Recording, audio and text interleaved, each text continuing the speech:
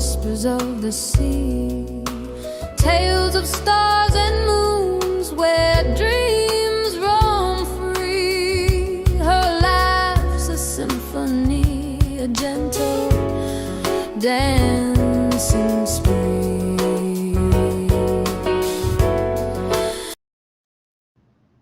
Hello, everybody. Hi, how are you? What a beautiful beginning. That is beautiful. Oh, thank you. Did you That make that song, yourself? that song was actually written by one of my friends, and Oh, they wow, it's gave it to me beautiful. to use. Thank you. I love it too. We have several people in the chat. Let me go ahead and introduce you first. This is Ellen Smile, How and are you? she's a little nervous, and that's okay. Everybody is going to be nice and supportive. We've got lots of people already here in the chat. We have Misha Lee is out walking but listening. Oh, We have Misha. Mimi from Mimi's Abundant Life is here. Body Illusion is here. We have um, Just Tiff 45 is here. Shantirement is here.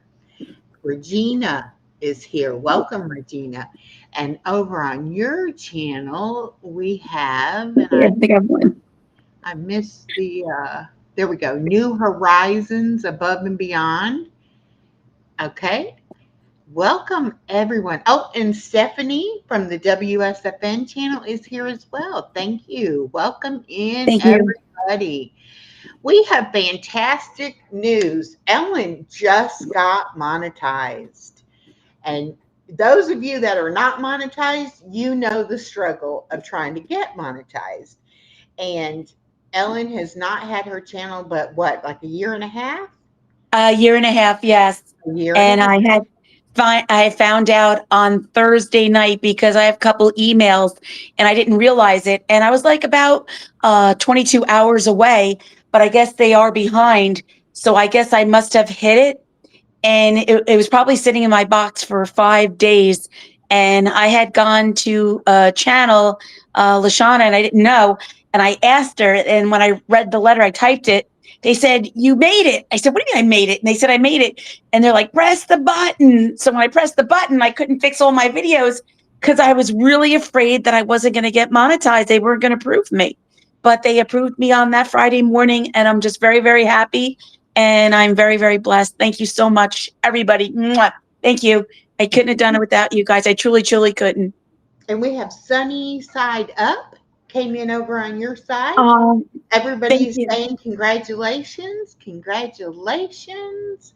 Thank you. Um, Stephanie and Body Illusion are going to go back and forth on the channels. Anybody else on my side, I have Ellen's link posted at the top of the chat so that you can jump over there and watch over from her side as well. Um, we are going to be talking tonight about grief. Ellen did lose her husband not too long ago. All of us have one time or another experienced grief. And I have a little something I want to read, and then we will get into the conversation.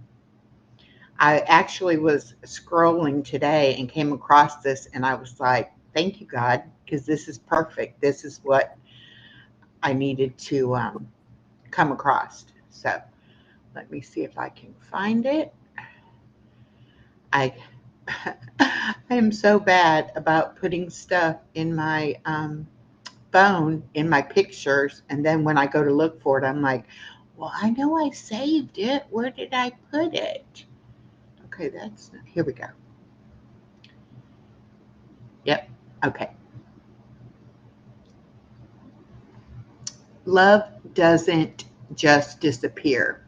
It settles into the quiet corners of your grief, showing up in memories, in the ways you miss them. Missing someone deeply doesn't mean you're stuck. It means they mattered. It means your heart held something real and beautiful. Mourning isn't weakness, it's proof that you loved with your whole heart. So don't feel bad for the tears or the heaviness. That's your soul remembering, honoring what was good. Grief and love are tied together. The stronger the bond, the deeper the ache. But that ache is meaningful. It means they left a mark on your life. Let it remind you of the laughter, the warmth, the moments that still live inside you. Love doesn't vanish, it lingers. It's how your heart keeps their memory alive. Beautiful. That I read that and I said, this is exactly what I wanted to say to you. It was like the words were perfect for what I wanted to say. There are so many people that I have talked to here on YouTube that have lost loved ones. And a lot of times people don't know what to say to someone because Mhm. our words really can't make it better. But to let somebody know that we're there and we get it and we care, that will help. Now, I haven't lost a spouse, but I did lose my dad when I was 18. And so it's been Okay. over 40 something years ago. And yet, some days it's like it was yesterday. Certain things, and on my healing journey, I've learned that even certain smells Mhm. will trigger a memory. So Yeah. I know that that's what you've been dealing with, but I want you to go back and tell us, you know, your journey and what it is that you want people to know about how you're handling the situation. It's I'm gonna try to say this without crying, but, Okay. my husband got, diagnosed with brain cancer. He was 45 years old, and at the time where my husband worked, he should have had insurance, but for some reason, they didn't give him insurance, so he didn't have any insurance. And I just remember calling the girl that came today, our girlfriend Vicky. I remember calling her up and saying, "What the hell am I going to do?" And it was such a journey and having to fight from the beginning. And while I was in the hospital, what happened was his father had passed away from a heart attack.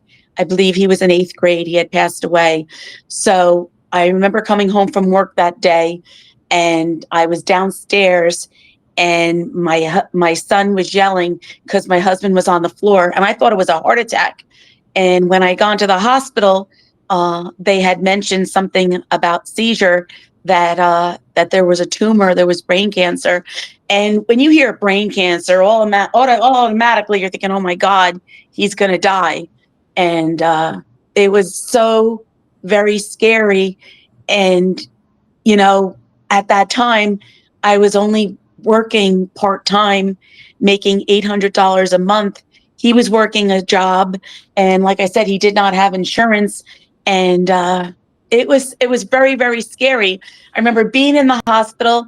The doctor called up from the office and said, "What is your insurance company?" And when he said he didn't have insurance, they hung up on him. And it was horrible. And I just remember hearing that when I came out of work. I said, they did what? And I marched myself down to the hospital, wherever I had to be, um, like social service, whatever I was at. I said, "How dare you do that?" So I made such a scene and made them feel like crap that they actually had made an appointment for my husband because a follow up. So this happened on, I believe, I can't remember now because it's been so long ago. I think it was October 15th. And my husband had surgery January 15th. It took that long.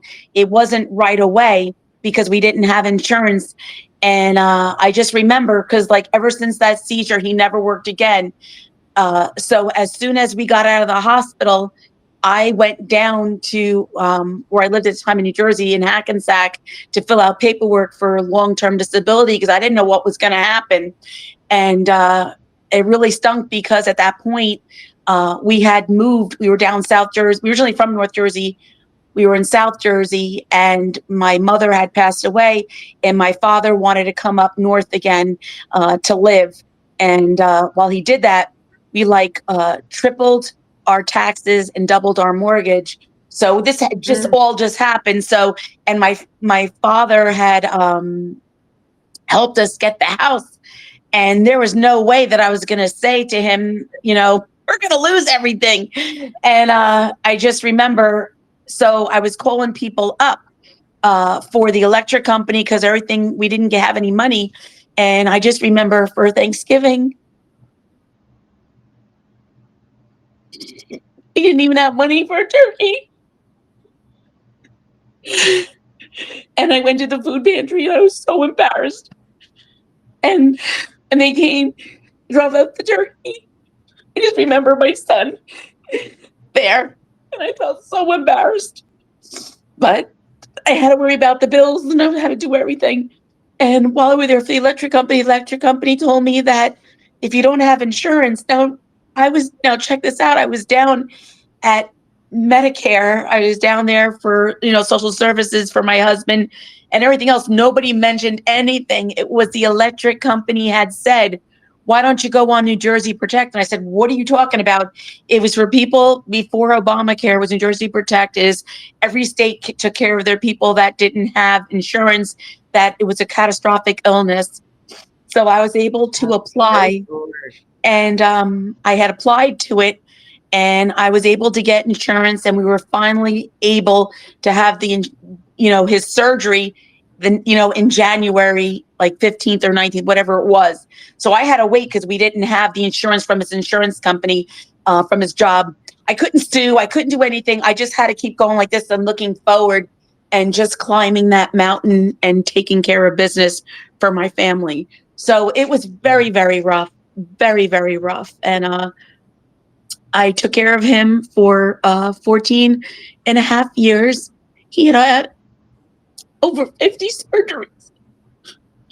Oh my Lord. And there was Mm. many years that he was in the hospital, more than he was home. But my husband was a fighter. We were all fighting. And I always advocated for my husband. So the only I can tell you is that when we first started this journey, we always thought, that doctors were God and we listened to them. You never asked a question and you just did whatever. And what happened was with my husband, the doctor, uh, I don't know whether I should say his name or not, but I'm not going to. But ended up happening was he did the surgery on my husband. Instead of going this way, he went this way by the frontal lobe, like the front here, the bone flap. And he always had Mm-hmm. fluid, and he could never, he would have like all puffiness. And so they said, oh, well, we're going to give him a shunt. We're going to give him this. He had lumbar shunts put in and everything else. He had all this stuff.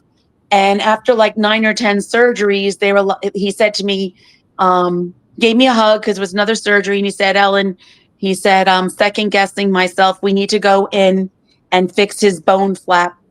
And what they did was we had surgery on that Monday. His doctor was a pilot and his daughter was graduating. So him and his wife got on a plane. And I remember, I'm very spiritual. I said, I hope he doesn't die in a plane crash. And sure enough, on Monday morning, we were supposed to meet him for surgery, or I don't really remember. I think it was surgery. We got the phone call. My girlfriend called me up and said, is this your doctor that died in a plane crash? And I said, my husband blamed me for that. He says it was my fault that I had a plane crash because I had a premonition of it. I just felt something. And Mm. what happened was we couldn't get another doctor because nobody wanted to touch him because he was damaged goods. The cancer was already out. We had used another person in the office, and he had fluid in his head and everything else, and he had it on his side because of the lumbar shunt. And he's like, oh no, we're going to put a shunt in his head. And we allowed it. And he had the shunt in his head. And time this is all going on, It came back in, I guess, in like October. No, I don't even remember, but it was stage 4 glioblastoma. It came back. We were with the oncologist, and I was like, "Well, what are we going to do? We're not going to sit here." So we were able to do a chemo treatment. But what happened was when he did the chemo treatment, it melted all the hardware in his head. Mm. So he had all the fluid and everything was coming out. He was in the hospital. He had all the it was horrible. But prior to that, the doctor tried to put the shunt in, his new doctor that was with the practice, who was so great and wonderful, whatever. And he still had the fluid. He still had everything. They still chopped him up. They cut him up and everything else. So for a whole year, he had fluid in the fluid in his head, in the everywhere on the side of his, from the lumbar shunt. I forgot this part. But what ended up happening was, it was Halloween. I don't know if you remember, there was a Halloween where it was snowing, and I went down to JFK Medical Center, and I was able to get an appointment with these. There was like a whole thing going on. I talked to the doctors. They said they would take the case. When they looked at him, what ended up happening was, they looked at the chart from the original surgery. There were stitches in his head that were undone, and that was the reason why. So he didn't need the lumbar shunt. He didn't need the shunt in his head. He didn't need anything.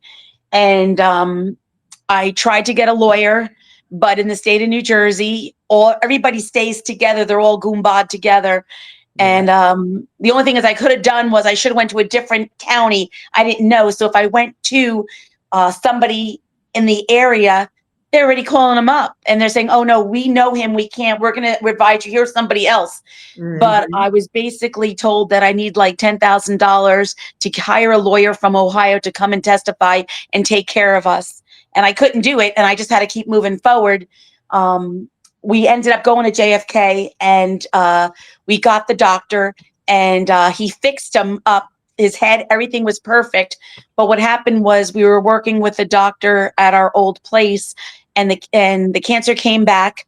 And when the cancer came back, it melted all the hardware in his head. And that was it. It was like, it was bad. And he was in the hospital for almost 3 months. They couldn't do anything because of the chemo was all in his head. They had to take out all the tubing from the lumbar shunt. So like, his stomach was like a garbage pail. He had all this stuff in the tube. It was just horrible. But it was hard. But he made it. And my husband was a fight. I can just keep going because the stories just keep going and going. You just wouldn't believe it, like, if I was to tell you the story. But basically, like, if I was to go to a supermarket and people saw me, they would probably run away. They didn't want to talk to me because I had, it's never good news. And people don't want to talk about cancer. You know what I mean? They don't want to know about it. From Right. afar, they go, "Oh, what a shame, what a shame." But nobody gave a shit. I'm sorry to say it, but that's how I truly felt. Um, People stopped calling, family members, everybody.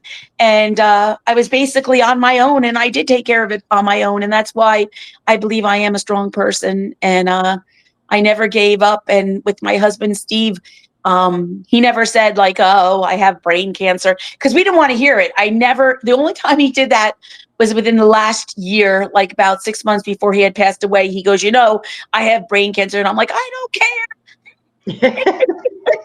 I don't want to hear that." Poor man. But he always fought. And even if we went to doctors and stuff, they could not believe that he was sick, because we were always so positive. We always laughed. We always joked. And the guy that actually had done the chemo treatment on him, he looked like Dr. Death. He was miserable. I'm like, "Steve, I'm going to make this man smile." And I did. I made him smile 3 times. He walked out of the office. I'm like, "See, I told you I was going to do it." And I did, because it was like, it's a very depressing part, oncology, and Yeah. going to the hospital for the treatment.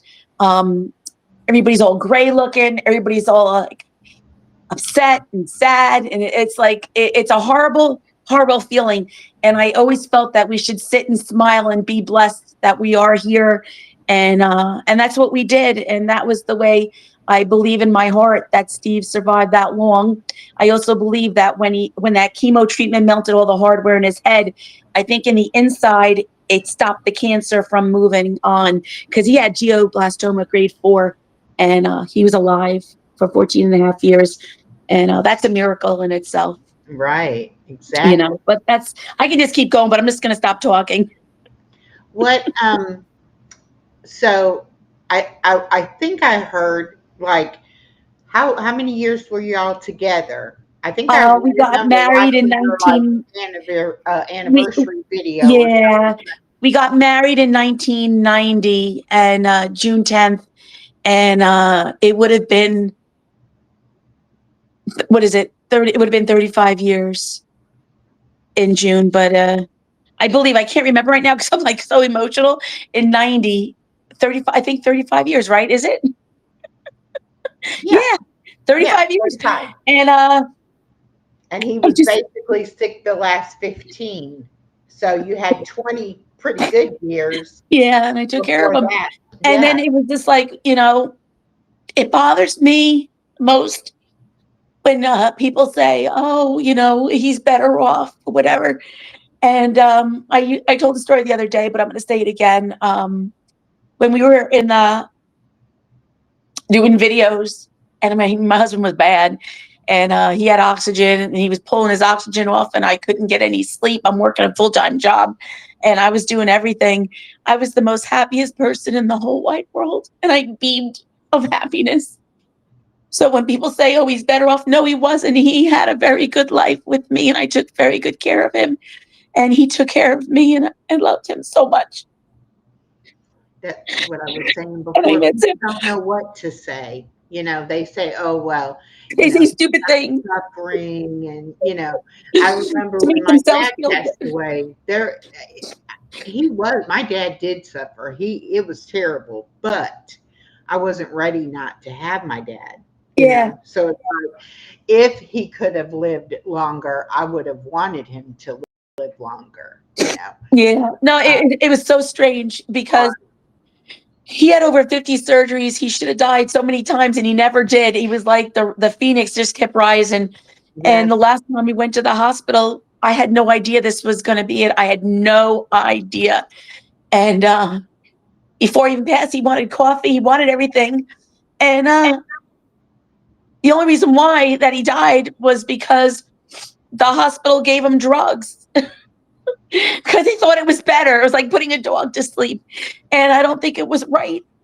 And it was very, very hard because my son is a doctor. I never said that. And he believes a certain way. It's right or left. There's no medium or nothing. So when my husband, they wanted to take him off the respirator because they said they can't have him on that long. It gets worse. He can't do it again and this and that. I'm like, okay, whatever. I was like, well, we can do this. I will take him off, but you got to take him off the medicine.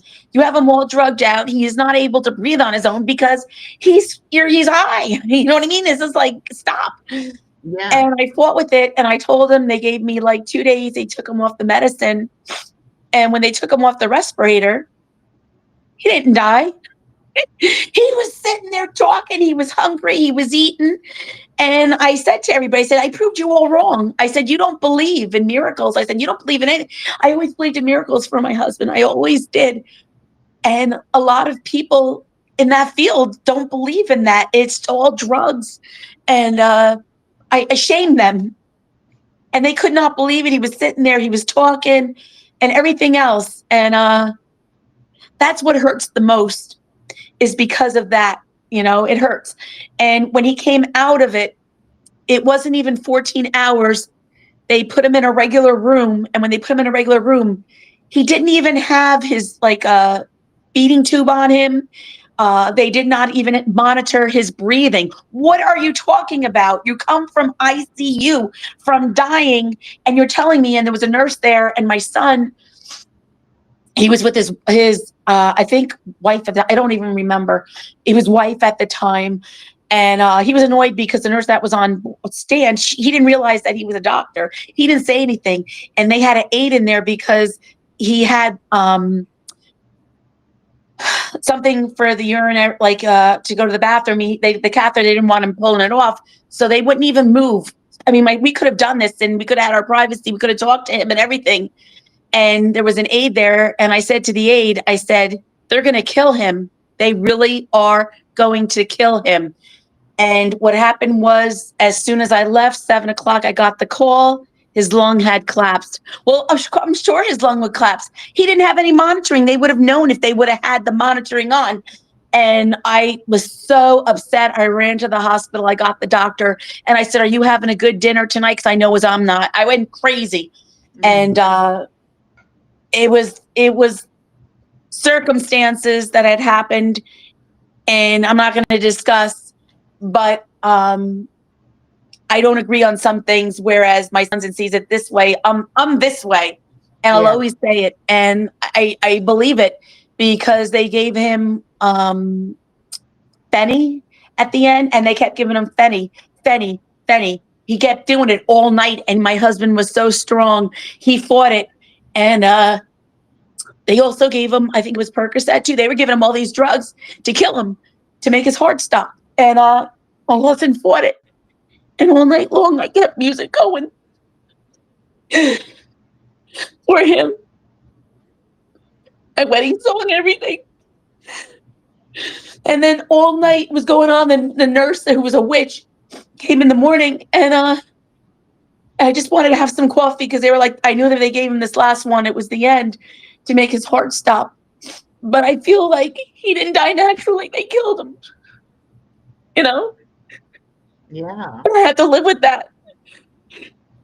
I truly had to live with that. It's hard. That's hard because I always fought for him. And it was like I was so tired and I was so exhausted. And I feel like they got the best of me. And when it was over, when he had passed, before he had passed, I told them, the nurses, get the freak out of the room now. And I just spent time with him. When I left, I didn't say goodbye or thank you to anything. It was like the words I wanted to use were not good. Yeah. But that's my story on my husband. But I loved him so much. I miss him. And I gotta live with that. The way he passed, and like, because we were always so spiritual. I always believed in miracles, even to the end. But that's it. Well, and for him to have, had such a life, even with all of the doctors Yeah, and he did. hospitalizations and surgeries and all of that, I mean, that's a miracle in It's a itself. miracle. Because some people, as soon as they hear the word cancer, They they give up. automatically sink into depression. And yes, Yeah. exactly, give up. And I mean, I know, years ago, cancer was a death sentence, Hmm. but it doesn't have to be No, now. Technology has come so far, but it does sound to me like he got, really poor care. it was poor care And, because they you called know, up afterwards, after the hospital. I had like not an advocate, but somebody from the hospital had called up, and I said, "Listen, I'm not suing you, but I said, don't you ever." I use nice words. I said, "Don't you ever call my house again." And then the doctor sent out letters and condolences from all these people. I don't know what they were afraid of. I don't know what they were afraid of. I really don't. And I can't. I have to let it go. I had to let it go. It's not going to bring Steve back, and it is what it is, and it breaks my heart, and that's something that I have to live with. But the way I spoke to them, they have to live with themselves too. And I said, "You're in ICU," and they were blaming the doc. They were there. The hospital was blaming the doctor for not having anything on him and everything, and they wanted to cover themselves. I was going to say And they want to pass the buck. It's they somebody passed, else's they problem. absolutely did. But I said, well, then you need to put something in place. Something has to be in place. This is a brand new hospital that they all fixed up, and everybody had their own room and blah, blah, blah. But their service, I had some good nurses, I had some bad nurses, but it was what it was. And it doesn't bring Steve back. It doesn't truly bring him back.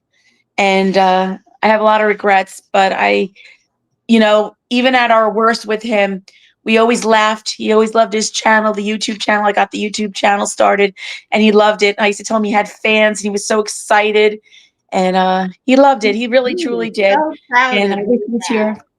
He, Yeah, I'm sure he is proud of you anyway. But the yeah, fact that you have been able to keep going and actually accomplish it. Absolutely. He is so proud of you. I Yeah. Somebody told me how many channels there are, like a billion, maybe several million, and only Mhm. like 3% get monetized. That's crazy to me. That is crazy. That I can't wrap my head around those numbers. But yeah, Yeah. we take it kind of lightly when it happens. Mhm. I know when you're struggling to make it happen, you think, Yeah. oh, it's so hard. But then once it happens, you're like, I did that pretty good. Okay, you know. But then when you hear that not that many people make it to even getting Yeah. monetized, it's amazing. It really, really is. And I'm just so happy. If I didn't have my community to be there with me and to help me grow, it wouldn't have happened. It really, truly, and I don't think that if I did not have a channel, I don't know where I would be. I could be very depressed. I could be sitting there, because when he did pass, I needed that time alone. It seemed like every holiday, like the holidays are coming up, I need to be by myself. I don't want to talk when we went back to work. I said, I don't want to talk about my husband without crying. And I still get some ways. And like you were talking earlier, that it's a smell, it could be a word, it can be a description, it can be a town, it can be anything. Yeah.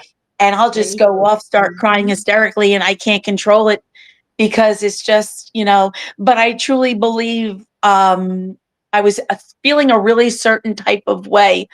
And at one point, I truly believe this, that God put a blanket on me just to heal me. So I wasn't obsessed with it, or I could move on and think about it. But at certain points, like I couldn't really think that much about the situation or about Steve. It helped me heal. It truly, truly did. And I was able to get up, function, go to work. I mean, I still had my days where I cried, but I was able to function as a person and to move on slowly. And it's a process. Is still, he passed March 20th, 2025, and I still have good days. I still have bad days. I'm having more good days than bad. But I also have my channel that I have a full-time job, and I come home and I spend 9 hours on that. So I'm a busy woman. Yes, you are very busy. I know when we had talked before about having you come on, you were like, "I'll get back to you," and I was like, "I'm never going to hear from her again," you know. So then when I got the email saying, "I think I'm ready," I was like, Yeah. "Yes, praise the I knew Lord," I didn't because want to cry. It was too raw for me, yeah, and I didn't want to cry. At that time, I wasn't doing lives. I just started doing. I was doing live. I did my first live in August because, like, my hours, I was getting so tired with the restreams. It was helping me get my hours, but I felt like I needed to do the live. And once I did it, it was like 1 o'clock in the morning. I figured it out because I did everything on my own, and all these people came, and it was so exciting, and it made me so happy, and it made me want to do it more, and that's what I did. And it's a blessing. It really truly is. The only thing is tell people don't give up, especially if you are originally I was at a year, and it was a little over a year. I was doing more shorts, motivational. I was doing lives, not lives, um shorts, and the shorts are really pulling me in a different direction. So all that hard work that I did, taking care of Steve and doing the lot, I was filming with him because I didn't trust what he was going to say live. I only had like maybe 1,200. I swear, when you have the frontal lobe, you never know what he's going to say. You truly don't know what he's going to say. And I didn't want to offend anybody. I didn't know what was like. But if you always look on I pulled a lot of those videos. But if you look at me, I was like always on edge because I was so, so nervous. And I remember Steve was like his first person that gave him a comment, and we were talking about something, and he called her. I'm not going to say it, but it rhymes with bore. A blankie whore. I'm like, Steve, what are you doing? You can't say that. The police are gonna come on there. And I didn't know how to edit, and I had to cancel. I had to like stop the video because that was it. That means we were done. hmm But he was a pip and a half. But he really enjoyed it. And when we hit 1,000 subscribers, he was really sick at that time. And I said, I can't wait to get 2,000. And he didn't answer me. And at that point, I knew that he wasn't going to be here. Yeah. I had a feeling.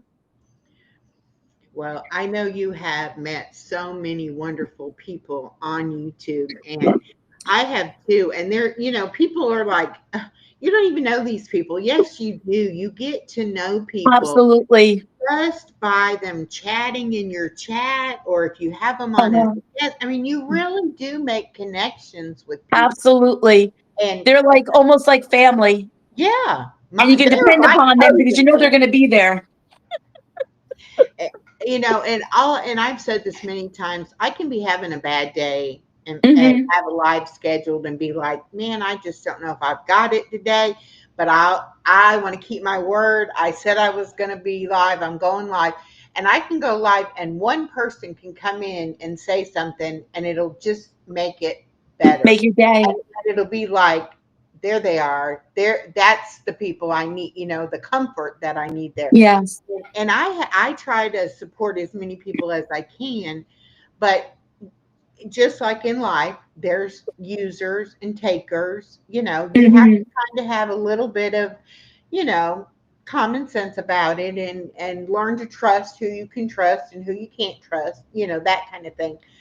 But I've been on here 3.5 years, and I've got friends Wow. from the very beginning that have been with me the whole time, and I have gone. My life's been like this. Mhm. It's like they have hung in there with me, all the craziness. When Yeah. you were I talking and about it's crying, hard. But I know I last I week. do the I do that ugly cry, and I Um. don't stop crying. I can't like stop crying. Usually, Yeah. I if I cry all the start time. crying, if you show me any kind of comforting or anything like that, it just makes it worse. Worse. So when I went through my divorce, I didn't tell anybody at my job because Hmm. I didn't want to talk about it. Uh And I huh. imagine that's how it was with you. It's like sometimes you just can't talk about things No. without letting it really get you upset. Uh-huh. But And then there's always that people that know they shouldn't say anything, but they're still going to say something anyway. yes, And it's annoying. And I can be like witchy about it because it's like, listen, I said no. And then they see you cry. And it's like, oh, sorry. No, you know what you was doing. Stop. Just stop it. yeah. Don't if you It's don't hard, know but what to say or how to say it, don't say anything. at all. Like I would rather hear nothing. I'd rather hear that the Yankees won or the Mets or whatever football or that it's going to rain today than having to talk about my husband. Because when my husband was alive, you never asked anything. Now you're going to ask because you see him here. You're looking at me now. It's like when it's hard because it's like, oh, she's the widower. Like she's a widower. No, I'm not. Like just stop. Like I just don't like any kind of label or judgment on it because you didn't live my life. You don't know what I went through and Right. how I'm feeling. And it's not a sad of like who I'm glad now I can go out and party. That isn't it at all. It's just it's my how I want to feel is how I want to feel. If I don't want to talk to you, because I don't think I talked, I mean, phone calls were coming in. I didn't talk to anybody. I didn't want to talk to anybody. And I wasn't picking up the phone. People wanted to bring food over. I said, no, I don't want any food. Let me be. If I want food, I'll make something. I don't want anything. I was very bullheaded like that. And, but I had to protect myself. That was the way that I was able to get through it for myself. I wasn't playing somebody else's play. This was me. This was about me and how I was feeling. And I made a lot of people uncomfortable because they didn't know how to act. And I'm sorry, a lot of people don't know how to act. You know what I mean? Like it's not on purpose. I don't think it's done intentionally. But having gone through this, if I see anybody else on this journey that has cancer or something is going on, I know what to say and what not to say. And that's it, But you know? I- we don't educate people No. on how to treat people when they're in different kind of situations. Hmm. Yeah, Um, I agree. it, it, it's. I mean, everybody is going to die at some point, Hmm. and whatever your faith is, whatever you believe in, you know what makes you gives you comfort and what Mhm. you needed. And why is it that we can't say, this is how I'm dealing with this. I don't care if it's Mhm. right, wrong, or you don't like it. Yeah. It's my life. I'm dealing with it like this right here. And people, so many people are like, well, grief should look like this. No, it doesn't. Yeah. It looks like however it looks. Yeah. No, I And agree. But I wasn't angry, but nobody picked up the phone to call my husband for like 14 and a half years. I Nobody was going to really say they came weren't to there visit when you him. could have used the help, when you could have And used the, yeah. and it wasn't even about helping me. It was like, come over, say hello to him, tell him that you miss him, bring him a sandwich, bring him just your smile, just come and say hello. But to ignore him, and it was like we would go to some parties, but then we were not invited to parties because we were, I guess, the downer.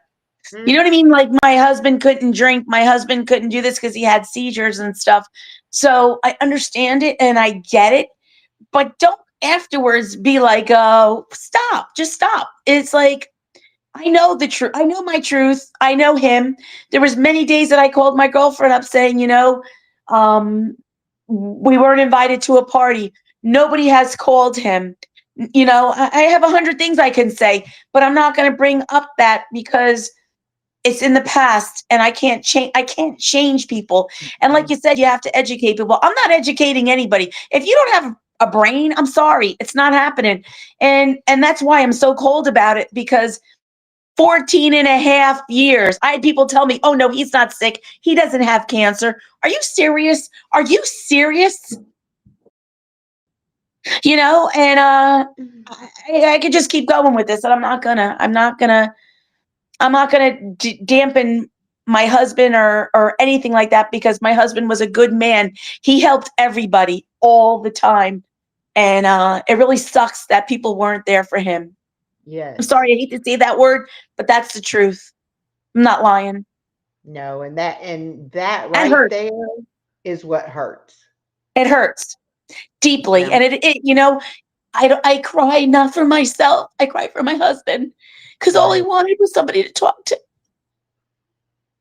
And at the funeral there was a one of his friends was there, and I made sure everybody heard at the wake. I said, you were the only one really that would call and update and stay with him and always talk to him.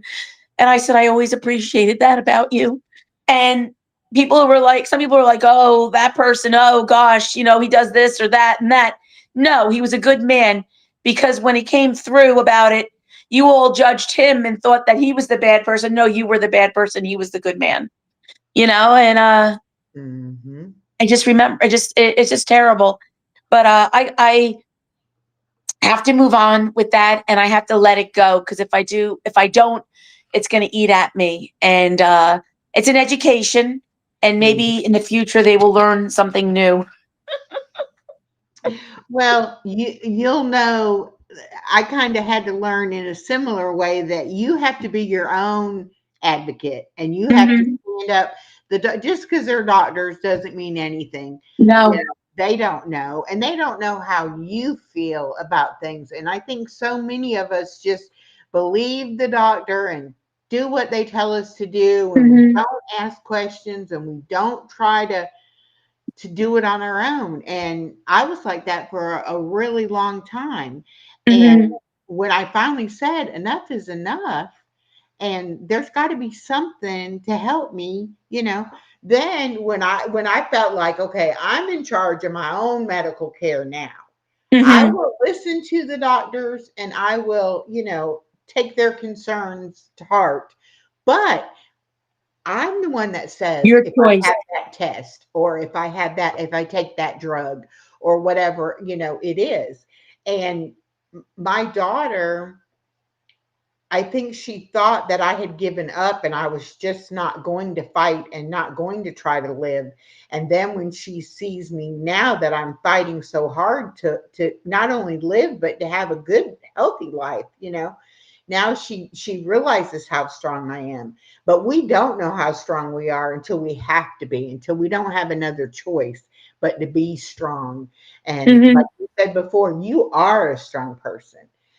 I mean, so many people would have went about it a different Gave way. up. I didn't give And up. yeah, and for it to have been such a short period of time, and for you to be saying, I have to move forward, and it's a couple steps forward and a step back, and it'll be kind of a, roller coaster ride, but you're going to handle it the best you know how to handle it, and Mhm. what works for you.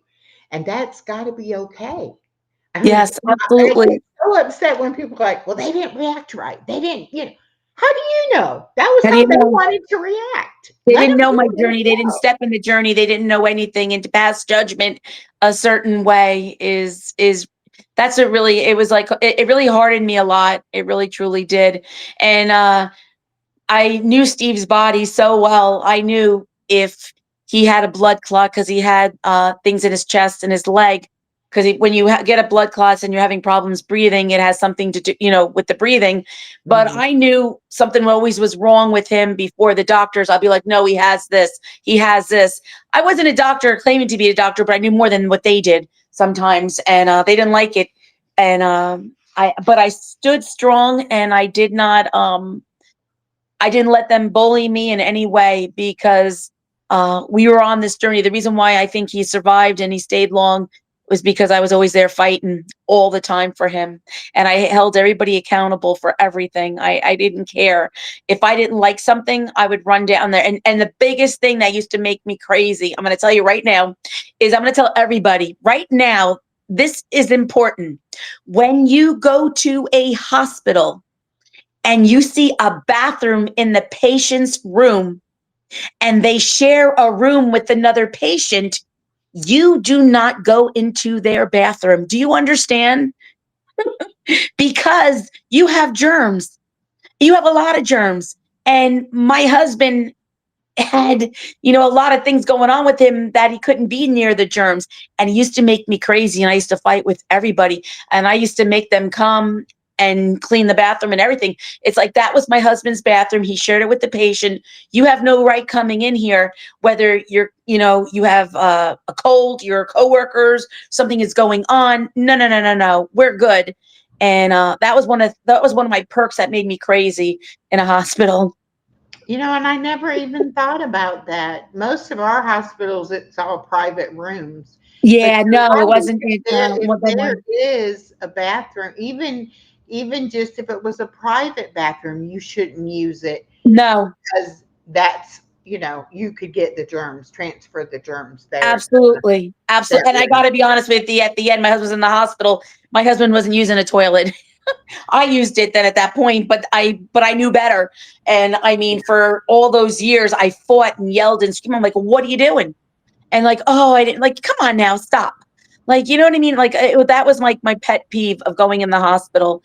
Was that, and just being in a hospital, I seen many people in the hospital that came from like a home. They were seniors, and I had seen people. They would put them in a chair to may help them breathe. They sit there all day until night, and I would be an advocate for my husband's, neighbor because Yeah. I figured I had to take care of them. Because if I didn't, they always gave me the information. I knew everything that was going on. I didn't, you know what I mean? Like I always knew. If they had dietary needs or whatever, if I was bringing in a hamburger for my husband, I brought it in for their neighbor. I always helped the patients because a lot of the seniors, I've yelled at nurses for, for that had a senior that wouldn't help the man. They gave him food, but how can you give him food if he can't eat it? You know what I mean? Like Exactly. there are so many things wrong, but I will say that the hospitals back then when my husband first and now are so different. I don't even know how they can even stay in business because I truly don't feel there isn't enough staff, there isn't enough nursing, there's not enough aides. Um, it's totally ridiculous. I can't say anything really, really basically nice. There's good nurses. I've had my husband, he was sitting there all day on his poop diaper. I had to march in there and I had to fight it. He was in a nursing home for a few rehabilitation center. I had to fight. I had to make sure that it was constant. It was always constant. Nothing worked out. He had gotten C. diff in the hospital. He had gotten the virus in the hospital. He went to the rehabilitation center. They stole his things, his items. It was nonstop. It was all the time. There was never any rest, ever, ever, but it's And hard. that's why when I have somebody in the hospital, I go prepared to stay with them because you That can't is count on smart. the nurses. You can't, You're smart. you know, I was always and there when if I wasn't working, but it was hard because I was working. But well, I have, friends that don't have a lot of family, hmm especially since I'm retired. Matter of fact, one of my very good friends just had surgery not too long ago. And I'm kind of like, look, I can come and I can be there, or I can take shifts with your family hmm member, or whatever it is, because there are so many things that just get overlooked. Like you said, they don't have enough staff, they don't they pay don't. attention. Like you said, give the man a tray of food, but don't help him to eat it. What good does that do? hmm You know, I mean, I know when I had my back surgery, they let me get like bunched down in the bottom of the bed, and I couldn't push myself back up. Oh gosh. And my O2 sensor was going off because I wasn't breathing deep because hmm I was all hunched in the bottom of the bed. And the morning nurse came in and she was like, what is, why are you like that? And I'm like, because I got like this and nobody ever came. I rang the bell. I don't know how many times. Nobody ever came to, help me Terrible. get up in the bed. Nobody ever came when the alarm thing was going off about the ocean hmm sensor and all that. And she was like just livid that I was in that kind of condition. And I'm hmm like, I had back surgery. I couldn't even get out of the bed. I couldn't even, hardly move. Wow. I was like, and that taught me right there that no, a hospital is not there. They're not there to take care of you. They No. do the bare minimum, what they have to do, and anything else that needs to be done, you need to have hmm somebody there that's going to, at least be able to say, hey, we need this or we need that. Yeah. And my And, husband never was always afraid to call the nurse or do anything. So he would just sit there and he mm, used to drive me crazy but they knew when I was coming in, they'd all know that Hurricane Ellen was coming and they'd all be rushing around. And I mean, there was a time when he was out there at nighttime. He was hungry because he came in late. He wanted to eat something. He called me up that he was hungry, that they wouldn't give him any food. And I didn't even think. I'm in my pajamas. I'm pulling out, driving, and I'm stopping at the bank. I'm like, what the hell am I doing? And I said, you get that nurse on the phone right now. I said, I'm telling you right now, because the drive would have been 45 minutes to an hour at 11 o'clock at night, and I had to go to work in the morning. And I mm, said, you get him a sandwich. Do you understand? And I said, are you looking at him right now? You tell him. And sure enough, she did it. But I had to act a certain way. Like, I hate to say use it, but I act like it. But I did act like an animal. I had to act like that all the time because I had to get what I wanted to say. They didn't listen, but if I yelled like that, then they finally listened. So they mm. knew that I was always coming at a certain time. So they always make sure that he was always clean and everything, but they'd all be rushing around, be 5 nurses running in the Well, I went to the room. emergency room one time, and I had pneumonia, but Mhm. I didn't know I had pneumonia, and but I was having chest pains, and so I said, I just got back from South Carolina. I've been in the car for like 6 hours. I've been sick while I was up there a little bit, but now it's like I'm having chest pains and I'm really, having trouble breathing. Well, they thought that I might have had a blood clot because of riding Uh-huh. in the car. So they went ahead and they, got me a CT scan or an MRI, whatever it was. And they were like, oh, you have pneumonia, we have to admit you. Well, they didn't have any beds. Yep, And had that too. they they put us in this big room that had just the curtains between the beds, and there was probably 10 of us in there. And it's like 3 o'clock in the morning, and they're like, we don't have any beds. That's So terrible. the next morning, We still didn't have a room, still didn't have a bed. My daughter's waiting for me to call her and tell her, bring my stuff because I'm admitted in a room now, you know. Mhm. And she's got my granddaughter, and I'm like, I don't really want her bringing the baby up there, you know, but I needed my stuff brought up there. But anyhow, it was like after 12 o'clock, and we had not had anything to eat or drink. None of the Terrible. patients had had any medication. I mean, it was like Mhm. nothing. We were like in a holding pattern. Nothing was being done medically for us. We were Mhm. waiting until we would get a room.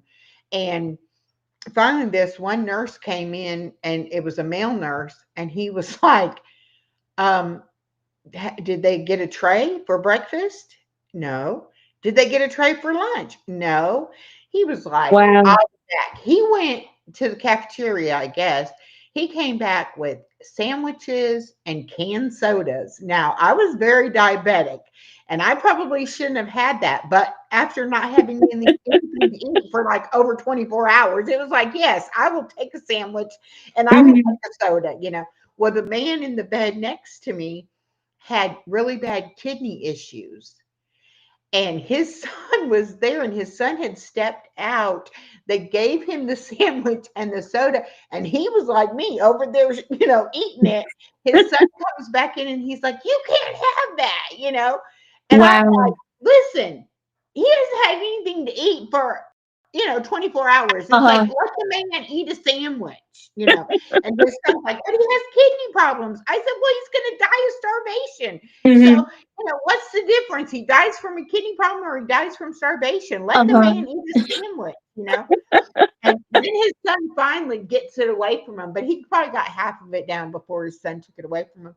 But I'm like, you know, all like there was 10 of us. It was like, what are we doing here? Why, you know, we're too sick to go home, but we're not sick enough for them to actually be treating us. Uh-huh. They're just Absolutely. holding us here for whatever, you Yeah. know. There was one time where my husband, we were in the hospital and trying to remember what happened. It was something with I had just had kidney cancer. I was going back to work. In the meantime, what he was doing was he was taking aspirin, but when you're on warfarin, you're not allowed to. So like he's bleeding from his nose. He couldn't clot. And I was just about to go to work on that Monday. And of course, Sunday night, everything just goes wrong. So we had to go to the hospital, and we were waiting to get admitted. And while we were downstairs, there was no room, no beds, no nothing. And this is during the virus and the time. And I was watching, and this hospital was in New York. We always went to New Jersey hospitals, not New York. And I should have really went to New Jersey, and I would have never been like this because they really messed him up. And he was never able to walk again. He was done. After that, he was done. But while they were there, the nurse is there, and the guy's in the room, and she's making all kinds of faces, and she don't know what to do. So she goes, yells to the nurse, but she does it in a mousy way. She goes, "He's not breathing. He's not breathing." And the lady doesn't even hear because I don't think she could hear. So I'm like, screw this. I'm out in the hallway, and I'm like, code blue, code blue. The guy's not breathing. They're bringing the chart, and I'm finding out this guy had the virus. I'm taking my husband's gurney and I'm rolling it this way. The cart's coming this way. And I moved out of the way. And when I was leaving, the nurse was thankful. They ended up giving me a corner room with its own bathroom and everything because I guess because I was just like, I was done at that point. And, Hmm. but I mean, I cannot believe, that someone almost died. It was somebody's father that almost died because nobody did anything. You know what I mean? Like then nobody could do anything until I yelled it. And I was like, I cannot believe this. I got to get out of this hospital. But sure enough, I was New Jersey, Blue Cross Blue Shield. I was in New York. It took them over a week, and they couldn't figure it out to get him in there for New Jersey to get the going through the porthole. So my husband was stuck in a hospital for over a week, and nothing was getting done. And at the time, we had Medicaid too because we had lost everything at that time. And I needed it because he had an aide that had to come in and take care of him because he couldn't be left alone, and I couldn't stay home because I needed to work.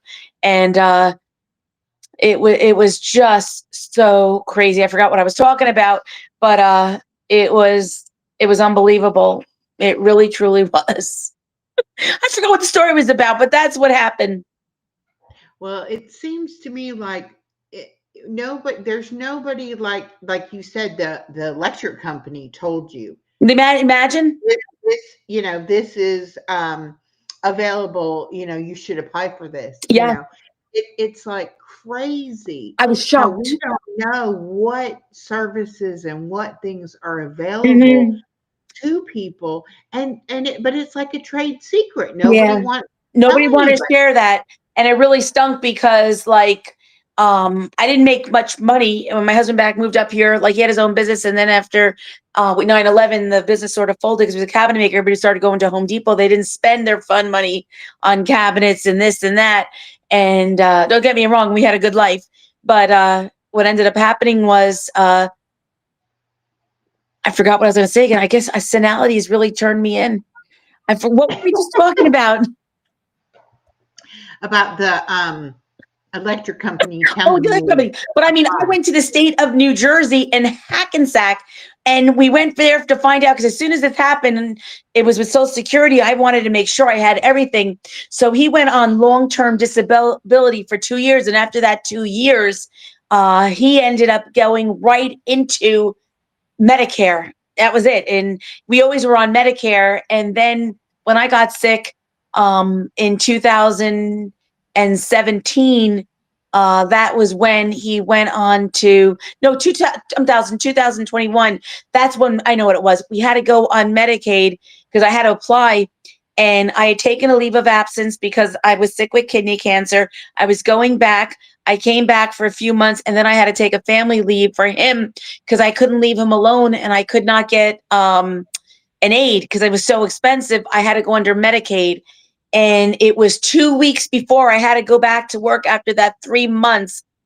We got the approval and we were able to get an aid, and the aid came and took care of my husband. I mean, it was hard getting good aids, but once we had those good aids, um, I was forever grateful. And I love them always because they took good care of my husband. They respected him, they took care of him. And I was very, very appreciative. They come in your home and they're part of the family, they're there, right. so, and then at the end, it was more like I don't 7 days a even know week. that's even available. That's what's so sad, That's sad. that It we is. don't know, and people struggle with trying to take care of their family members, and there's all these programs out there, and some people just seem to know, and then other people don't know anything about it, and then Yeah. you find out things after you've gone through all your savings, and Hmm. you've gone through all this stuff. It's Yeah. just I don't know. I don't want to live in another country, but I would love to have a better Yeah. system than we when have. when my husband had the chemo treatment, I think it was the chemo pill. I don't know if it was like $2,500, whatever, but I didn't know it at the time, but I learned real quick because I used to go online all the time and look. And you can go to the pharmaceutical company, and if this is for anybody, if you have a drug that you want and you cannot afford, you can write to the pharmaceutical company, find out who makes it, and there is in there that they give out like you can fill an application for free. And Hmm. that's what we ended up doing. So it was some kind of cancer site.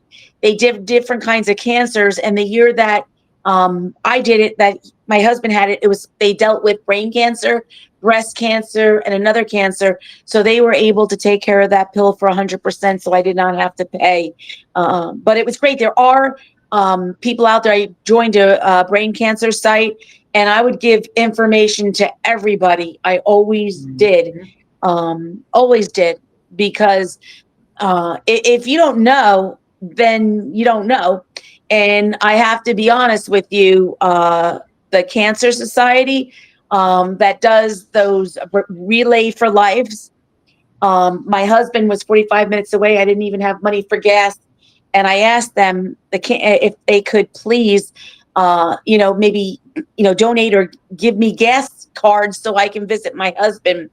And they were like, no. And I said, and I went on them and I said, you're telling me you have a relay for life in each town in the state of New Jersey. I said, you do that for New York, California, all the 50 states. And when somebody needs help, you are going to deny them. And just to shut me up, they sent me a check for $100. But I was annoyed by that. And I never gave to them again. I refused because I That, felt that the money that was given was not going to the right place. It was like, it was, if it was yeah, at $100, how much are they really keeping for themselves? And how much is really going to the people? And I said that in my that's letter. the And I thing. must have touched a nerve because they gave me the thing. And I Yeah, was going to be like, screw you, take your money and you know what you can do with it. But I needed it. And so I took it, you yeah. know? But that's the thing, people have stopped giving to charities because the charities are not legit and they're Hmm. not helping people. Well, there's scammers. There's some scammers and Yeah. they're doing it for everybody else. And I mean, because I used to give to all kind when I worked, I used to Hmm. give to all kinds of charities, and then people would be like, "You need to check that charity out before you Hmm. give them your hard-earned money." And then I started finding out about all these charities that there people are getting rich off Uh-huh. of people that are working, that are struggling to try to help somebody, Hmm. and then when the people need the help, it's not there. They won't give Yeah. them the help. There was Yeah, also one, it was called the Cancer Fund. I don't know if it's still available. I think I have the right name, but they were very good. Every month they would send out, whether it was clothes that I couldn't fit in or something, they sent out like, deodorants and things like that. They were always very, very helpful and they always tried. I believe they went out of business because they couldn't, what I mean? They didn't have the funds, but there's right, people that really, really, you would really want to help that really tried, but everything is so expensive. I mean, that was years ago. I didn't need it. At the time, I needed the help. And then, I had gotten a job where I had the benefits and everything. So my husband was getting Social Security. So we were fine. I didn't ask for anything. I never asked. I was just very, very blessed that my husband was alive and we were doing okay and we were living. And that's all I cared for. I didn't, there was actually also a benefit for my husband, my girlfriend who I knew, my husband knew from where he lived and went to school. And my girlfriends, they all had a benefit for me at the night of Columbus. And they raised money, and the money that they raised, that kept me afloat for 2 years. I did not spend that money. I only spent it on my mortgage or if I needed something for lights, if I needed something that wasn't covered for Steve. And to have that money was such a blessing. And I didn't have to worry because every night I went to bed, I thought about Steve, thought about the cancer, I thought about the bills.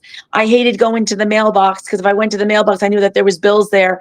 And when he was in the hospital, when he had the chemo melted all the hardware in his head, we had one doctor and he charged 400 and something dollars to come visit my husband. I don't know if it was once a day or twice a day. He would be, hello, Mr. Doyle, and he would charge. And whatever the insurance company allowed, he wanted a difference. So I owed thousands and thousands of dollars. It took me 10 years to pay that off. I had a hospital bill. They wanted to put a lien against my house at the time. And I was so vocal in the lawyer's office signing up for them. They didn't feel comfortable with me because I was a real firecracker. I wrote to my senators at the time. It was Senator Mendez of the state of New Jersey. Um, some people feel he was crooked. I loved him. I don't care. His people called me up. They said, Ellen, don't sign nothing with them or nothing.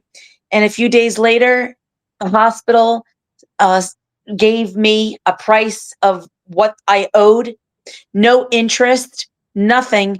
And I paid it off. And I think I gave them, because not that I was being spiteful at the time, I was the only person working. I was only making, in the summer I didn't even work, but I was only making, $800 a month. I was giving them $500. What they did was they held the check so that it would go into collections. Do you believe that? Can you believe it? Is that a scummy thing to do for a person? And then they're like, oh no, when they want to talk to you, oh no, well, how about $100? no, I can't pay you $400. If I had $100, I would have gave it to you. And then I had some doctors I would give $5. I would write a long letter. I had a letter that was 8 pages long type, and I told them my husband's story. And there was people that took the check back and said balance is zero. But this scumbag, him, Mm, I had to pay for 10 years. And I think I had another bill after that. But what I did was I said, paid in full, we're done. And the other bill just let it go. But 10 years, can you imagine 10 years I paid? Because what yeah. they do is when my husband never worked again, but they took what he made prior. So when you try to get that help, they only said that I only was able to get 40%. I was responsible for 60%, even though I had no salary or nothing. It didn't matter. I Mhm. was still responsible. They don't want to know Yeah. nothing. And if you went on the hospital site, it showed, oh, we care about you, blah, blah, blah, blah. No, they Yeah. don't. No, they They don't. don't. They don't. So, but They Senator don't. Mendez helped I me, went. and I I went appreciative. through when I became disabled.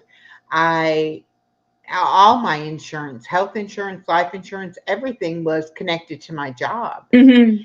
So I went on short term disability, then I went on long term disability, and then I got on government disability. Mhm. But government disability, like you said, you have to be on it 2 years before you can get Medicare.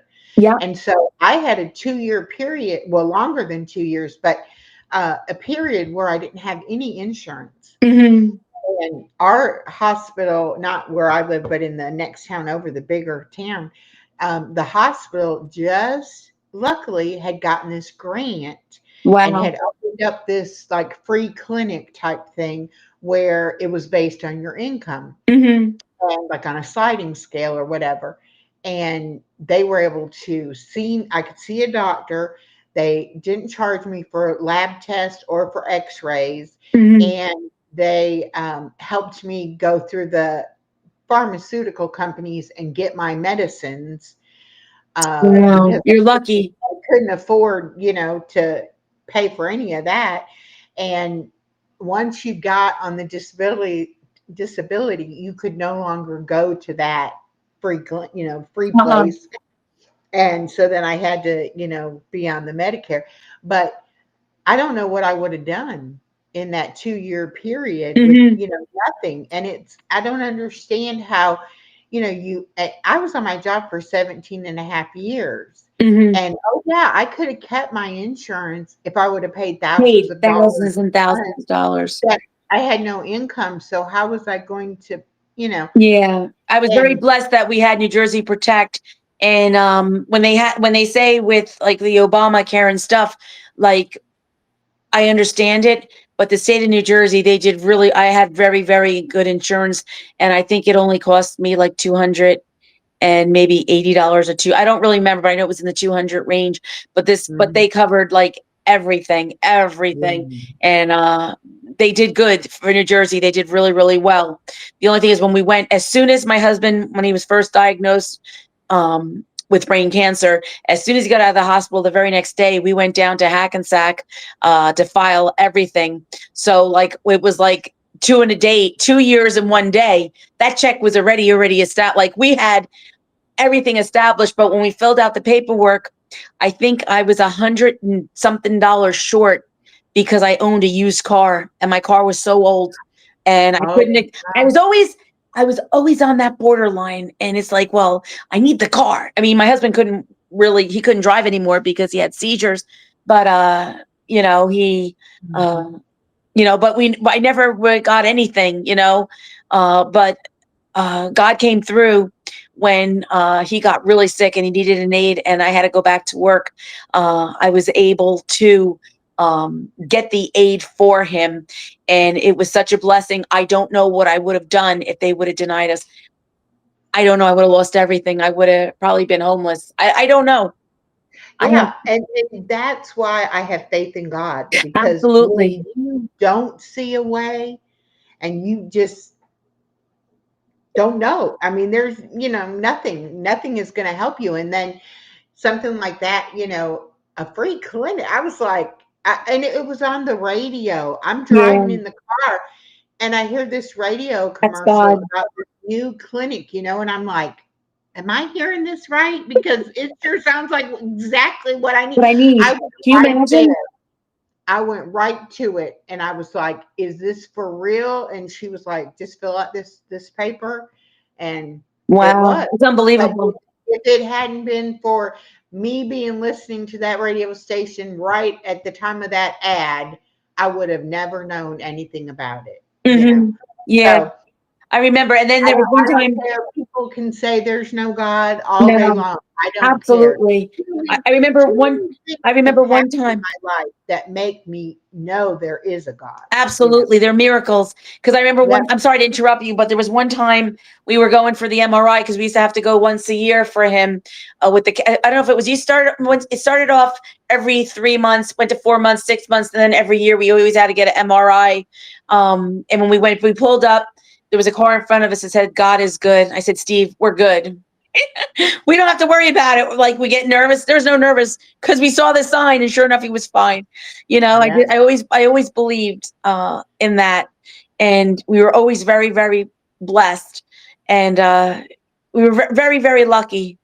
And no matter what, my husband, when he had that infection from um from the chemo melted everything in his head, they had to take his bone flap out here, so he had it whole. It was hollow, and I didn't see him like that. I saw him as my husband. You know what I mean? Like Yeah. handsome and stuff. And we used to go out and he used to always wear a hat. That's why he always wore a hat, fedora hat. It was because of that reason. And I remember one time we forgot because it's like we were leaving.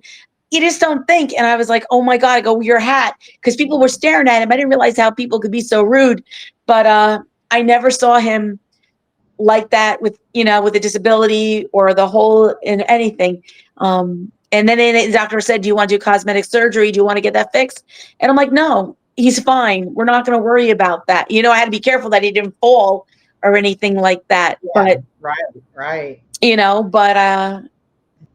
I was That's what very, very love is, lucky. though. That's love. Yeah, it truly, So truly many, is.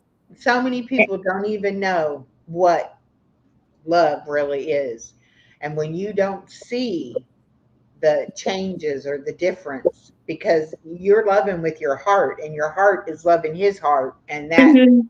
you just don't see those kind of things. Uh, Yeah, he always had a twinkle in his eye. He was always doing something.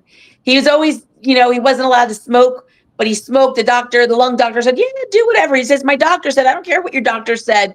What's wrong with you?" So if I went to the supermarket, he was going buying cigarettes and stuff. He always was fighting. He called me up, and this was at the end. He's calling me up, "Ellen, get me a pack of cigarettes." No, I'm not getting you a pack of cigarettes. You got oxygen. Like, you know what I mean? But he was always so silly. And when he was in the hospital, he always had alarms on his bed because he was always getting out of bed. And the one time when he was in the hospital, they gave him too many steroids. He was walking on Essex Street in Hackensack in the middle of winter. He stole the patient's next to him's clothes to leave oh because he my thought that was gosh. connected. Oh, That's how crazy he was. But this was all the time. This is like nothing new. And then after when he was at the other hospital, he was going down the stairs and his doctor saw him and said, "What are you doing? Get back in bed." And it didn't matter if he had alarms or not. He was on camera. My husband gave them a run for their money, gave me a run for my money. And I remember him being in ICU for months. And, they always wanted to give him mush. And the nurses, we had good nurses, and the nurses are like, "No, give him what you want." I used to go, he wanted like a veal parmesan. And I would sit there and I would feed him to make sure that he didn't choke because he had a hard time chewing and stuff. But mhm. I always took care of my husband, always. Whatever he wanted, he got. And even to the very end, I was making him all these dinners at the hospital before he passed. And they could not believe it. He always had an appetite. My husband always loved to eat. Always. He loved it. But And so that's how he wouldn't have changed it. He no, even though what all he had to go through, that time he had with you, exactly. We had you each know, other. We bounced off each other. And yeah, it was weird. It was weird because sometimes I would look at him and he would start to cry, and I was like wondering like what happened.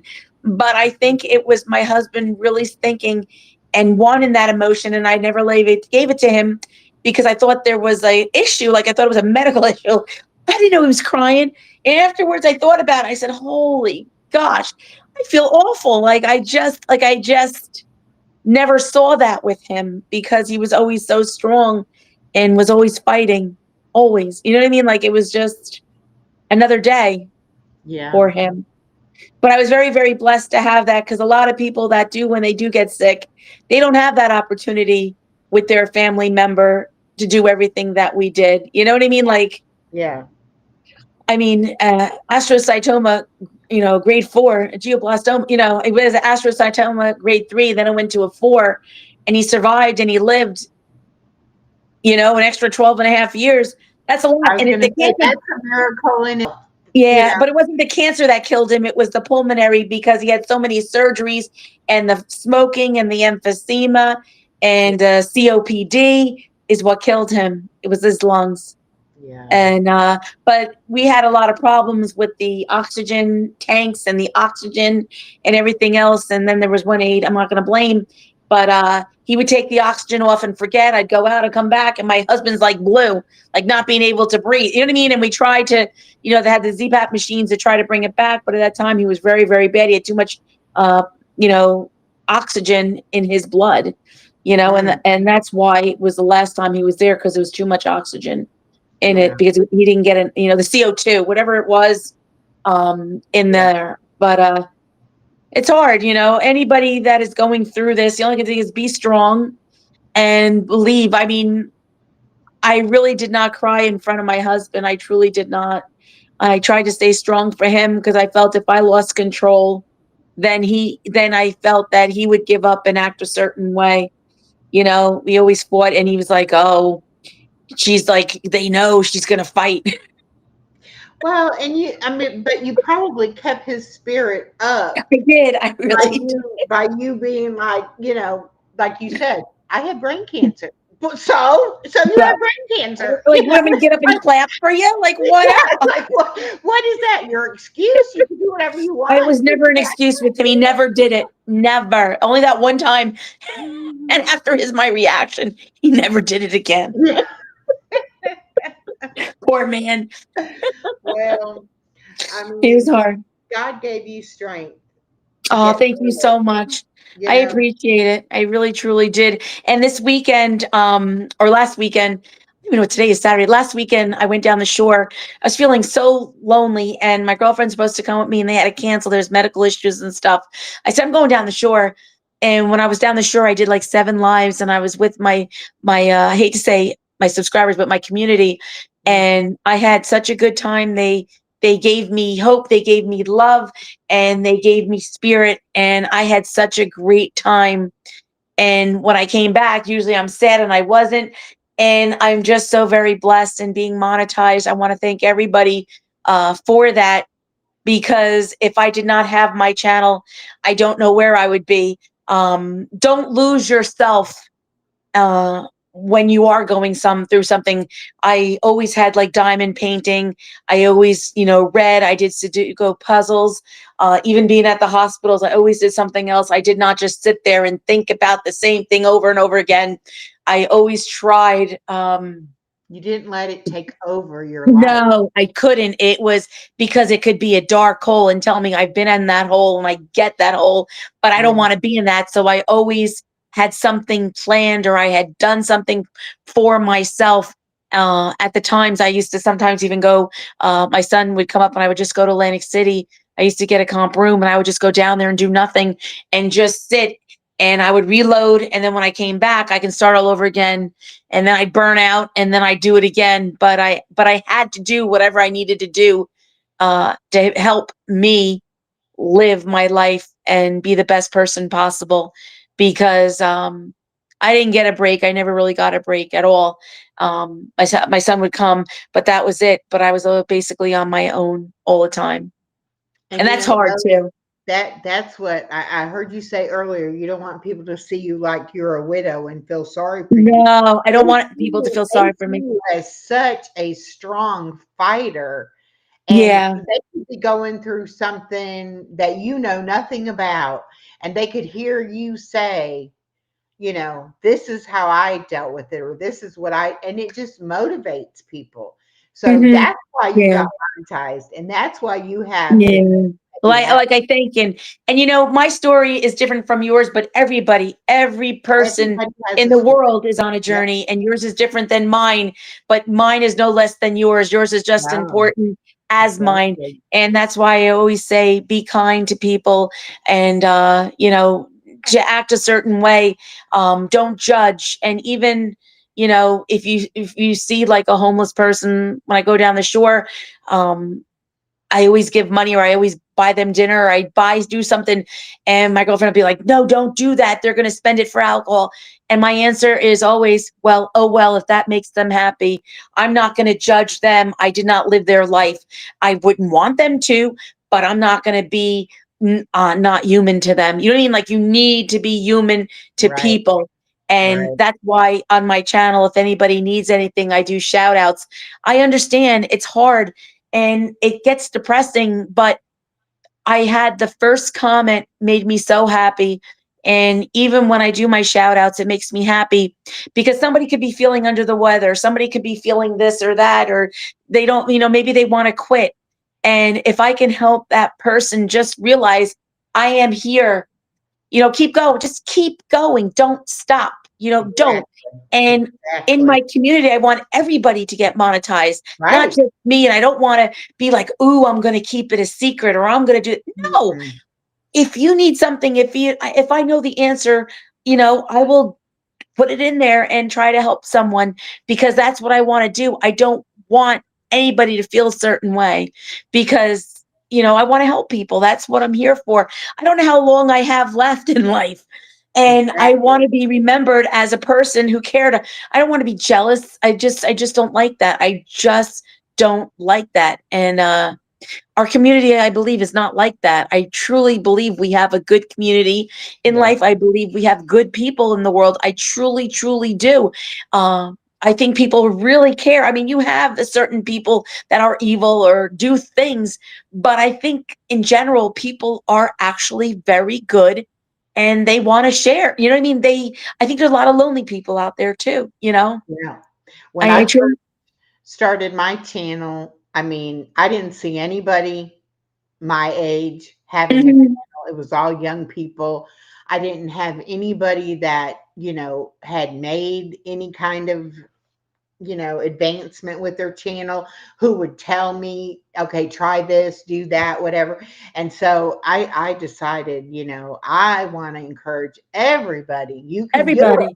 It doesn't matter what your channel is going to be about, or what your Hmm. life is like. Get on there and do it. Just make a video, put it out there, Hmm. do it, And start I small. think you need to be honest and Yeah, don't be fake and just be yourself. Just tell your story because you have something to say. Everybody has something to say. yes, And don't fake it because they'll know it. And I truly believe that we have a great group of people. If someone, when my husband passed, I had so many people reach out to me to give me condolences. And that was the most, it touched my heart in so many ways. I don't want to cry because I've been crying all day and yesterday, but it touched my heart. yeah, And when I hear people say, "Oh, this and that," I don't believe it. I believe people are truly good, and I am very blessed that I have a community, and I just want to keep going. My goal is 10,000 subs. I want 100, and then I want 1,000,000 someday. So if I'm there you alive, go. There you go. And it can happen. It it can can happen. happen. It I was absolutely on a can. live stream tonight that one channel is at 50,000 subs, the other one is at 100,000 subs. Wow. Now, they both had less than 10,000 subs when I first met both of those channels. So Mhm. it is possible. It is Absolutely. possible, but it's not going to happen unless you put the time into it and unless you Absolutely. are genuine in what you do, and mean what you say and do what you say you're going to do. Mhm. So many people, I've been for 3.5 years, I've been saying, if you got questions, if you need help with something, let me know. I will tell you anything I know. I will tell you. I will help you any way I can. And it's just now, after 3.5 years, that people are actually starting to reach out and say, well, what about this? And what about, what do you Mhm. think about this? Or how did you do that? Or whatever. And I'm like, hey, anything I can do to help anybody. Anything. Right. Exactly. Because You there I know, have seen channels that I am not friends with or I had sub to. They might have 100,000, but if you look in their comments, they only have 3 comments, 4 comments, 10 comments. You mean to tell me if with 100,000 people, you only have 4 people leaving comments? That's strange. That's to well, me is and, not, I and don't want that. the thing about it is I don't even care how many the number is that I Yeah, have. I care exactly. about the quality of the Exactly. The interaction quality. that I have with the people, whether it's through watching a video and leaving a comment, or whether it's Mhm. coming in a live stream and leaving a comment. It's, and a lot of times I won't see them in my lives, but Mhm. I'll notice that they're live and I'll pop in there, or I'll see a video and I'll leave a comment, and then I'll start seeing them in my, supporting me. And that's how it goes. It's a two-way street. If you're not Yeah. willing to support, you can't expect other people to support you. And I think that's what happens when people start getting bigger and bigger. They kind of Mhm. forget where they started at, We started and out. they don't realize that, hey, you still have to be out there supporting other people. You can't just say, oh, Absolutely. well, I have X amount of subs and now I don't have to do nothing. Yeah.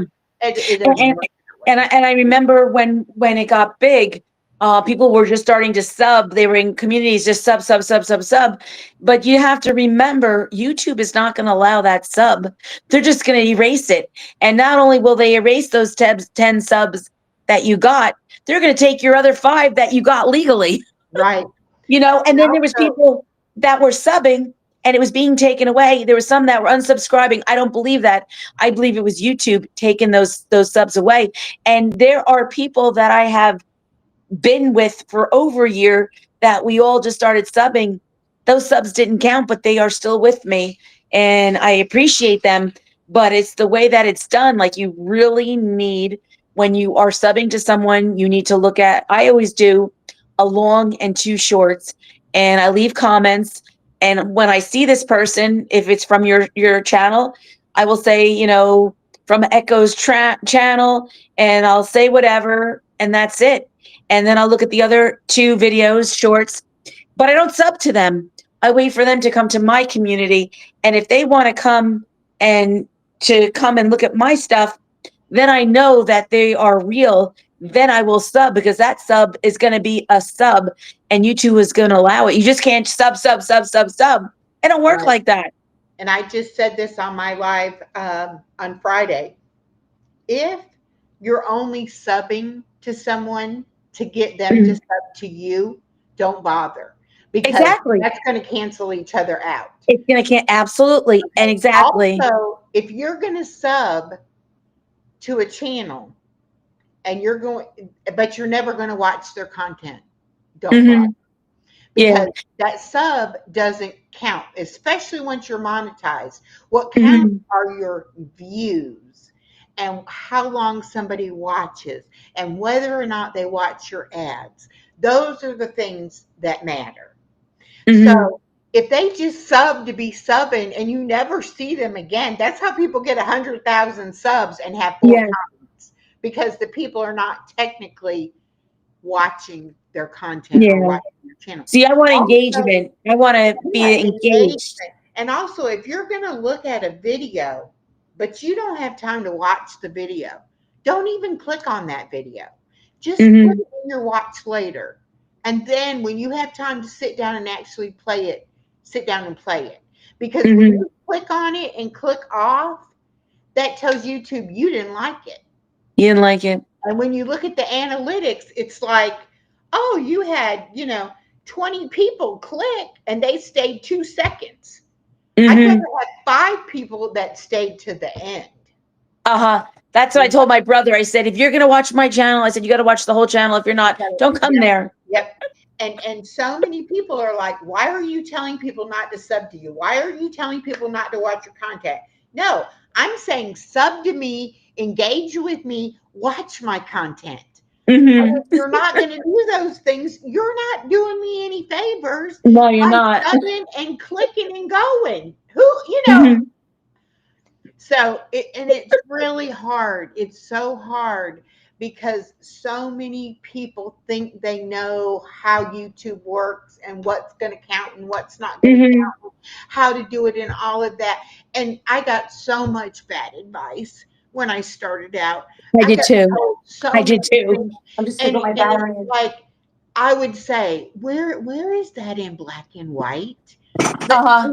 can you show me where you learned that? Well, I learned it from so and so, and they've got 50,000 subs. Okay, they got 50,000 subs, but how is their engagement? I actually know a channel that has over 400,000 subs. Wow, that's Their crazy. engagement is worse than mine, and I only have 3,000 subs. Uh-huh. Now, Wow. like I said, something is wrong with that picture.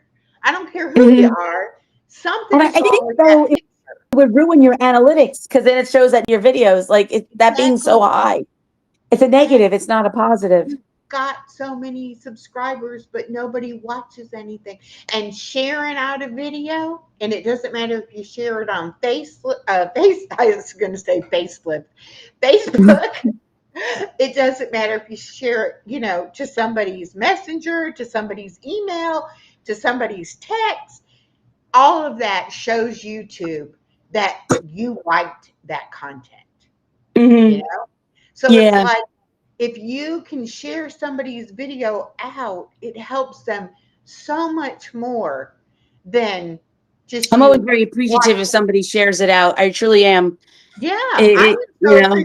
appreciative too. And it's like I'll have certain people who will share me out, and then I'll be so happy they shared me out. I'll go to their channel and I'll be like, let me find something I'm interested in to watch so that I can Mhm. share it out, to help them. And Yeah, I have to be honest with you, I never thought about sharing back out because I yeah, always do the shout out. I have to get into that. I have to start doing that more. I find that now I am like I was 2 months behind on my comments. I'm back to like a month. But there was a time, I guess, like almost like a month ago, I was doing so many comments that they were all being deleted. And I was like, I would go back and I'd look and see, well, I checked it, but where's my comments? My comments are all missing. And, you know, it's hard. It really is. it I'm is. trying. I don't know if it's because I did too many or what. I have no idea. I have no idea. Very hard to keep if you can't keep up with it daily as far as who's commenting on your content and Hmm. you're commenting on people's content. And I used to, really work on subscribing to people. Now it's like I'll take a screenshot and then maybe once a week I'll go through all those screenshots and I'll make a Hmm. list, and then I'll start trying to get to those channels. But Yeah. Well, you that's what can't happened do with it, me. so quick because there's just too much. Hmm. Because I was Um, like 2 months behind, and I'm like, oh my god, there was a new sub I didn't know, yeah. and there was no acknowledgement, there was no nothing, and I take it personal because I try to be diligent on my stuff. I truly Hmm. do, and I can't. It's like I can't control it, and that's what I don't like because I like to be in control all the time. It's hard. It is. It really is. But if you're not willing to put the work into it, then you're not going to see growth. Yeah, no, I agree. And at And, this point, and I don't look for sometimes, subscribers. They yeah. come now to me. And it's so funny how some people are not growing. They're doing all Hmm. the things that everybody else is doing, but for some reason they're not growing. And I Hmm. don't quite know exactly what like what piece of the equation is missing that they're not Hmm. connecting with people, or Yeah. they're not growing a community. But I think there's a big difference between growing a channel and growing a community. And, Hmm. and when you stop worrying about growing a channel and you start trying to grow a community, I think you not only get the channel Quality. and the community together, but you get more back out of it. Because, like, Hmm. and I've said this 100 times, I am not going to make a video I don't want to make. I don't care Hmm. what the trend is. I don't care what somebody else had that went viral. You know, I make my videos for me. It's about Yeah. something I want to make a video about. It's about my granddaughter. It's about my family, whatever. And if I don't want to make the video, I'm not going to make it. And I don't care if nobody watches that video. If Uh-huh. I took the time to make it, then I wanted to make it. And Hmm. I don't do anything I don't want to do. I used to Hmm. be a people pleaser. I used to like, who cared if I had time for myself or anything like that. And the more I healed, the more I realized that it's my life, you know? Hmm. I Now, mean, do you look yes, at your I analytics? Do you pardon me. look at your do you look at your analytics? Because I Yeah, don't, because I can't figure it out. Because I always I get letters will. from SEO saying, "Oh, you can do better in this, this, and this," and I'm like, "I'm Don't doing the don't best that I can." don't listen to those people. Those people want to charge you money to do That's something what you I understand that. But when you look at your analytics, what are you looking at? now the analytics are so much better than they were even just a year ago. Okay. It will show you new subscriber or new viewers, how many are what they call your regular viewers, and how many are casual viewers. Then Hmm. you can look at each individual video and see how long did somebody watch that video. Okay. Wow. Are people just clicking, leaving a quick comment, and going on about their business? Because now it's not about watch hours to get monetized, it's about the AdSense. You want Hmm. them to watch the video and you want them to play those ads. Okay. And if they click and go, they didn't get to an ad. You realize they only put an ad in a mid roll of an 8-minute video. So if you have a Hmm. 3-minute video, you're probably not even going to see an ad. And Okay. I'm just now realizing this. I've been doing a video every day about 3 minutes long. I'm going to start doing 2 videos a week and make them like 8 to 10 minutes Yeah, long that's what I try to so do. Is that like, 8. I get the ad in the middle of the roll. Now, Hmm. you actually make more money on a live stream Really? than you make on a video. Wow. Now, your short videos are meant, Okay, I have a question about that. But go okay, now. Do you have short, short videos, or did you take them away? no, I have them. Short videos are meant to bring people to the channel to check out Exactly. the channel. So whatever you put on a short video needs to be somewhat representative of what your content is. Hmm. If you make a short video about, Christmas decorating, let's just say, and you have no videos on your channel about you decorating anything ever, that's kind of misrepresentation. The Uh-huh. person's going to click on it and then come to your channel and be like, well, I don't even see that you decorate anything. Okay. Same thing like a cooking video. I don't do cooking on my channel. I don't make cooking videos, but I'm going to put a cooking short up there that I created, and people are going to think it's a cooking channel, and they're going to come look at my channel and be like, where the heck is the Mhm. cooking? You know? So Yeah. it needs to be, whether it's that you repurpose something from a longer video or something from a live stream, or you make something totally new, but it needs to be representative of what they're going to find when they come to your channel. Hmm. Now, Okay. the majority of the people that click on those shorts, and even if they subscribe from the short, may never come to your channel. But if you get one out of 100 that come and connect and engage with your community, you'll grow. Yeah. So I know a lot of people say, get rid of the shorts. Shorts don't count towards watch hours. No. You do get paid for AdSense on shorts. It's What do they pennies. charge for that? What do they? Is it? What is it? It's pennies on the shorts, okay? Hmm. Unless the short goes viral. Now, what is a viral short? To me, I don't think it's viral unless it's like 20 or 30,000 views. Uh-huh. Okay. I can Yeah, get I never had that. 10,000 views, you know. I can do a video and it can get 10,000 views. Wow.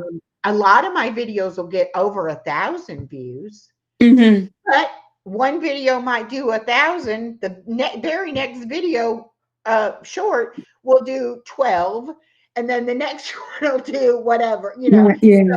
You can't get Well, why is discouraged. that? Do you know why it is, or it just says it's the way it is? It's just how YouTube decides to push things out, because you can have, they can be the exact same kind of video, same kind of music, same kind of content, Mm-hmm. released at the same time, the same length of video. One can do great, one can do horrible. It Mm-hmm. just depends on what YouTube does. Okay. See Okay, what? this is another thing that I'm just learning and figuring out. Mm-hmm. The channels that you subscribe to, that you, not that subscribe to you, but Mm-hmm. that you subscribe to, YouTube looks at that and says, okay, you're interested in this, this, and this. And those are the channels they're going to show you. Okay. Okay. So, like, if you start watching, like, I recently have started watching a lot more Christian content.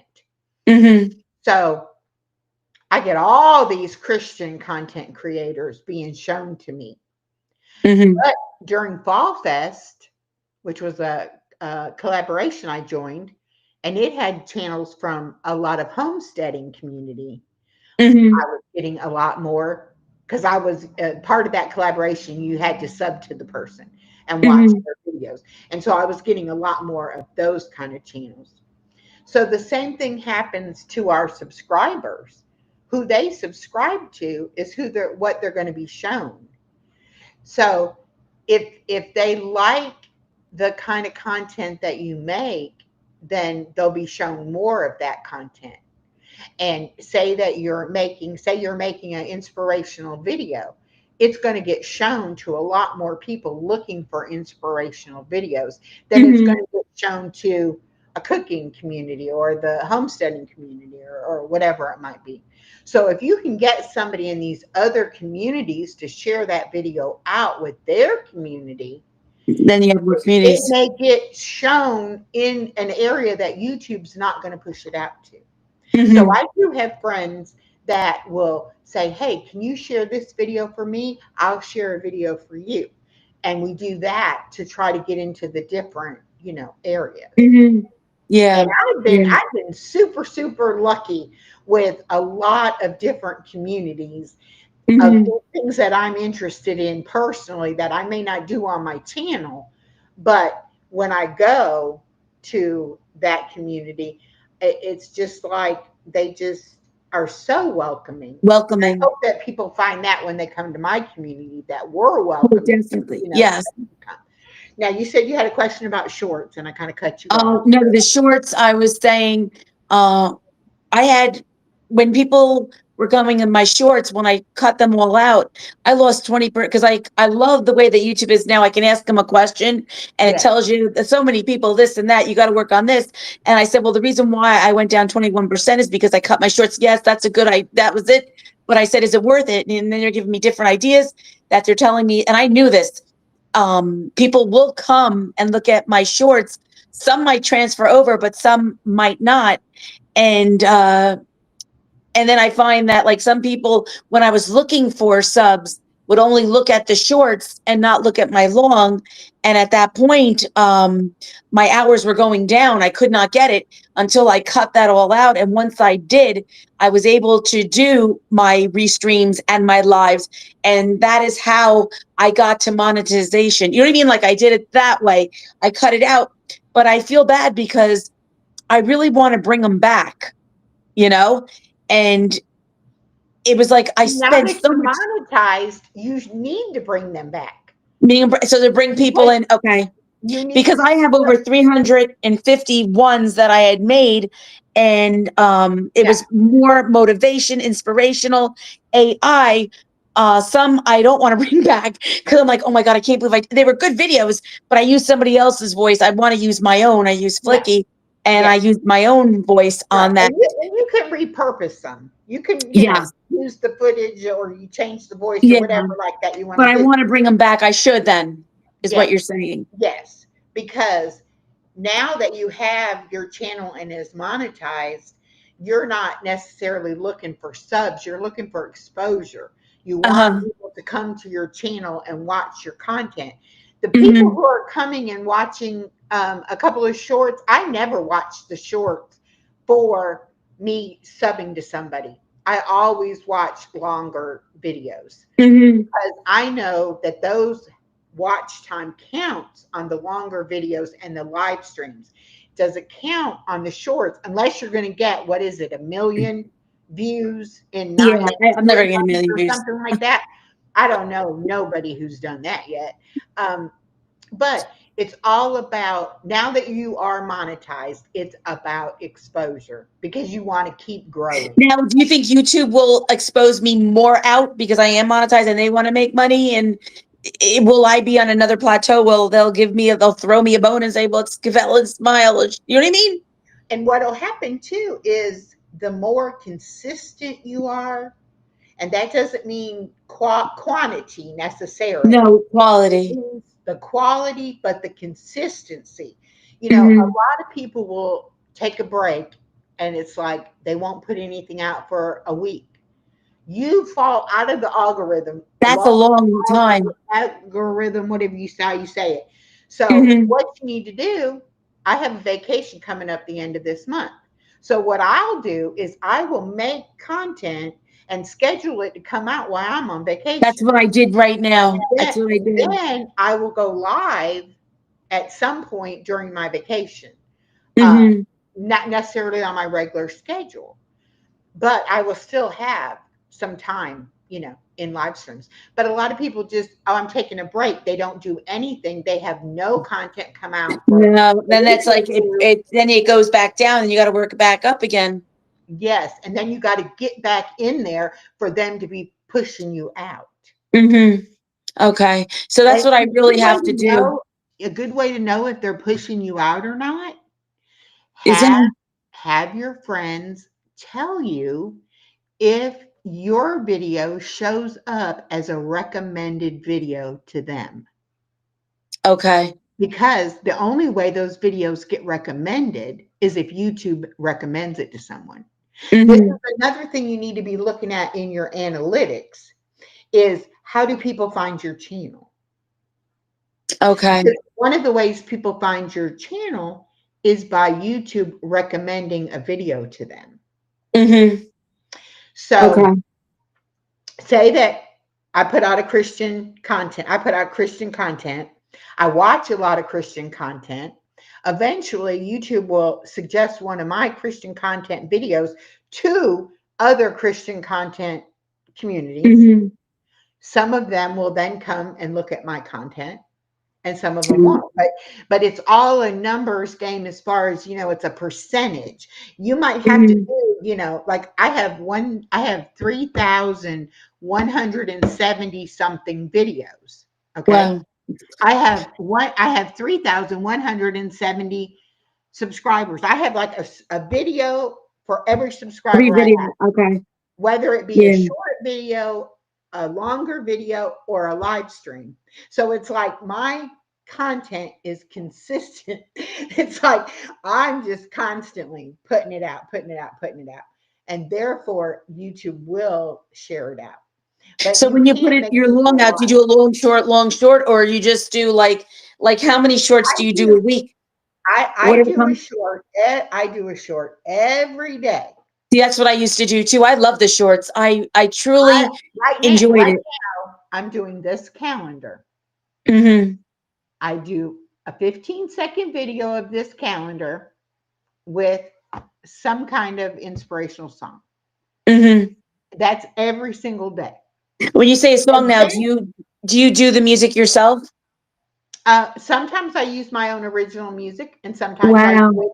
If you do it through your YouTube app, you can put a 15-second clip of music on there of popular music and be able to use that. Oh, I didn't know that. Okay. Okay.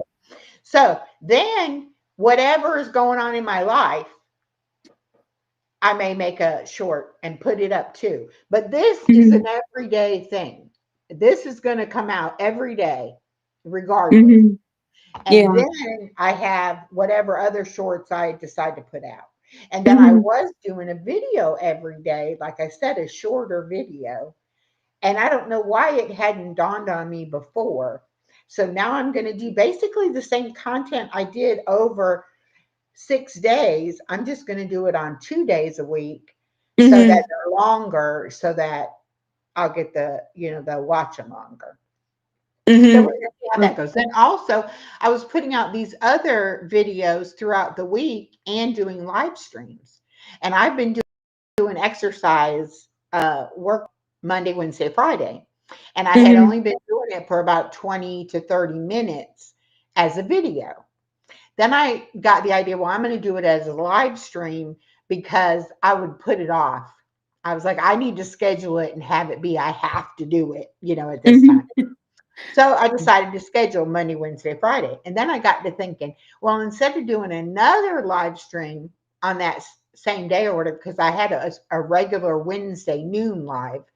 And so I would do the workout at 10, go off, come back at noon. I was like, now, are people really going to hang around or come back? So I said, why are you not doing your workout, and instead of cutting that 30 minutes and then coming back Right. again, just go ahead and do content after you do your workout. Uh-huh. And so I was doing inspirational, like positive affirmations. So Hmm. on my Monday workout, it's going to be motivating Mondays. And after I do my workout, I'm going to share those positive affirmations. My Wednesday live was called Wellness Wednesday. So when I get done doing my workout, I'll talk about whatever content I would have put out about Hmm. wellness. Then I'm involved in a collaboration on Fridays called Funtastic Fridays. So I had been putting out a video for that. So now I've decided my Friday workout will be a Funtastic Friday workout. I'll do the workout, then I'll talk about the Funtastic Friday, you know. And that way I got 3 lives, but yet I have all that content I like to do Hmm. and get it at one time, have it be done. I don't have to be going and coming back. Okay, now I got to get the video. And when I was doing the workouts as videos, I would record the workout, download it to my editing program, edit it, upload it to YouTube, and then do it as a premiere. Hmm. It took me half the day just to do that one thing. So Yeah. Yeah. now that I do it live, You have I to worry. literally schedule it ahead of time. When it's time to do it, I turn the computer on and I go live, and that's it. I don't have to do all that uploading and editing and downloading. But see, you got to work smarter instead of harder. But it Hmm. takes, like, you got to figure out what that means to you. What is easier for you to be able to be consistent Yeah. and put out good content, and yet still uh, do what you want to do with the rest of your life. I mean, I don't Yeah. want to be like having to do YouTube every day, Yeah. or even if I had to do it every day, I don't want it to be so time consuming. And then you get 20 views on a video and you're like, it took me so long to make that Well, video. that's what it was. It was like 9 hours. I was doing something. I got like 40 hits. I'm like, oh my gosh. But it's weird because when I started more off, when I was doing the shorts, I would get like a couple hundred. And then I stopped and I wasn't consistent. And then it would go down. It really went, it was like always, if it was a good video, it always hit like almost like 500 or something or whatever it was. But then I stopped and then I wasn't consistent anymore and it wasn't coming out every day. And I feel like I was not burning out, but I think I should have kept going every day. You know what I mean? And just be consistent with it. And I wasn't. Mm-hmm. And I think And what I'm going to do is I'm going to check my videos. And if I don't like them, I'm going to redo them over on Flicky and I'm going to rewrite it all over, the words, everything, and use my voice because I use other people's voices because at the time I didn't know that I could use my voice. You know what I mean? And I don't like it. that it's not me. I think it's so fake, you know? Yeah. Yeah. But that's it. But I also want to try the music. But it's just like right now, having a full time job is very, very hard because I don't get out of work until, I have bus duty. Time I get home, it's 3:45. If I start by 5 o'clock, when do I have time to eat dinner? It's already 7, 8, and I'm online sometimes till like 12, 1 o'clock in the morning. And there's not enough time in the day. You know what I mean? Right. Like I'm That's what tired. you have to figure out a way to streamline it to where you're not having to spend as much time. And Hmm. I don't know about the program that you use for the editing, but um, it's almost like if you make videos that are very similar, they can be different, but like the formatting is like the same. Hmm. Like you'll get to where, okay, I'm going to have an opening, I'm going to have the middle, I'm going to have an ending. And you Okay. might even could go ahead and make your thumbnail ahead of time, have your thumbnail, your opening, and your closing, and just have that waiting, and then make Uh-huh. your middle, and then just put it together. Yeah, because Something like that's what I that. do. And like And- even like with the shorts, I record those shorts, and then when I am waiting in the car to pick up my granddaughter, I start downloading them into YouTube, or whatever. Wow. So I you're have very to good with the figure computer. I have to figure out ways to, do it where it's more convenient or whatever. But it doesn't matter. There's huge channels that put out one video a week, put out one live stream a week, but they have Hmm. a following. They have so many people that want to hear what they're talking about that they'll come and listen to them. And a lot of those big channels are a bunch of liars. It's all fake. Hmm. None of it is true what they're talking about. Or Wow. they have a friend, like if you and I decide, you know what? We're going to have us a little war going on. We're going to have us a little fight. I said something to you you didn't like. So you make a video talking bad about me. And then See, that's crazy. That, I make a video talking about you.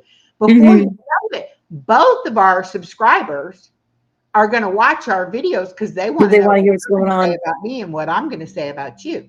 Now, I'm sorry, but I'm not going to do that kind of content.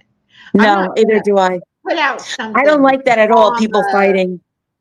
and negative and all of that. And a lot of times you won't even know that these two people knew each other. Hmm. That's Like we, crazy. we couldn't do it because we've been on a live stream together. People are going to be like, no, they know each other. That didn't happen. But you know what I'm saying? It's like they find people that other people aren't aware of, and then they make up this big story about something that happened. And Hmm. I used to be so naive. I would listen to what people said Me about too. other people, and I would be like, oh my gosh, can you believe so and so did so and so? Now I'm like, it could all be for clicks and views. It could Yeah. none of it be real. You don't know. Yeah, I don't want to be involved in that. I want to have it like, And then you take sides, and then you're the bad guy. You're the one hmm. that. No, I'm like, you know what? Y'all go over there and do whatever you want to do. I'm going to be over here being positive and, trying to encourage people. And you're Hmm. not going to see negativity. You're not going to see drama. I don't go for any of that. No, I don't go for that Yeah. either. I don't. Yeah. What I think I'm gonna do is I'm gonna start looking open because I had some really nice videos that had like 1,000 they looked at it and then I cut it off and it really bothered me because I felt like it was my best work. You know? Mhm. Well, And and I it'll, think it'll help you get better at your longer videos too. mhm, Because not only will you get better at doing the voice of the thing, but you also get better at your editing. And yes. then you'll be able to edit faster and you'll be able Mhm, to record stuff faster. yeah. And it'll be easier for you that way. Because I know I have like the clean living and I have food from last week and pictures and videos. I still didn't do it because I've been so busy looking at my videos, trying to get monetized and it's like I'm falling behind, like I fell behind.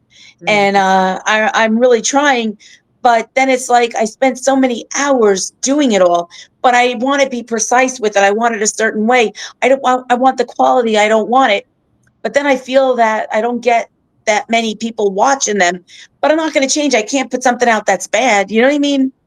Well, and it's like with anything in life, you have to do it the way that works for you. For you. I like to do things up ahead because I'm a big note taker. I'm a planner, Hmm. like Veterans Day is coming up. I've already got a video, a short to put out for Veterans Day. Uh-huh. But I like to plan ahead. I like to do things up ahead. I don't want to be like, what if I don't feel good one day and I don't want to do anything? Then I don't Yeah. have nothing that day. And but then I have friends that they get up in the morning and they're like, well, do I feel like going live? Do I feel like doing a video? Yeah. Maybe I will. Maybe I won't. That doesn't work for me because I Yeah. would never No. get anything done. I would be Because I like, actually have a "Can I video coming, I think tomorrow, and then I might have one on Tuesday. But then I made a video on Black Friday, but I have to still finish it. I didn't finish it. Plus, I got the other stuff. So what I've been trying to do is I've been planning ahead because there's certain days when I come home from work, if I don't feel like working, at least I don't have to do it. It's already done. And this would be my suggestion since you do work a full-time job. Instead of trying to put out a lot and keep it going right now, I would Hmm. do exactly like you're doing. I would be thinking ahead. I would be making videos when I have a chance for future.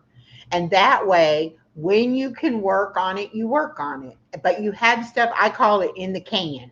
I got Hmm. stuff in the can. All I got to do is upload it and let it go. Hmm. But it may be something that I've been working on that I don't know yet if I want to release it. Or maybe I don't like it and I want to tweak it or Yeah. whatever like that.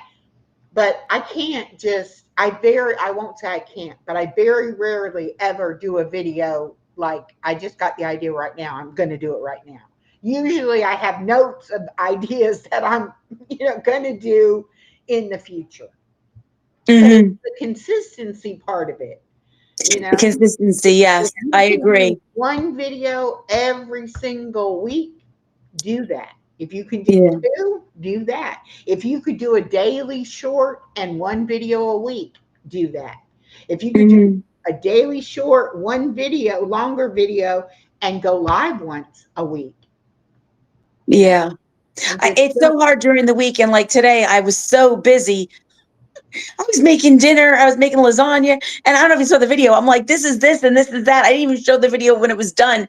And actually, my girlfriend took the lasagna home because I was like, I can't have this. Let's like just take it out. But I was like with this, but like I like going live, but it isn't something that I mean, I enjoy it, but I don't enjoy it because I don't know, like, am I getting through? Do people like me? You know what I mean? Am I boring you? You know what I mean? Like there's a whole bunch of things that I feel insecure about that I don't feel comfortable with. right. Then with a Well, restream, if I'm doing a restream, like I'll do restreams with the lullabies and stuff, I'll be there. And if I'm tired, at least I know I can go to bed. You know what I mean? Like I know that I need my sleep and yes, I will do my shout outs in the morning. But right. with the lives, it's like I don't shut up. Well, I prefer to do a live when I have somebody up here with me Uh-huh. because I'm talking to them, but I'm also talking to the chat.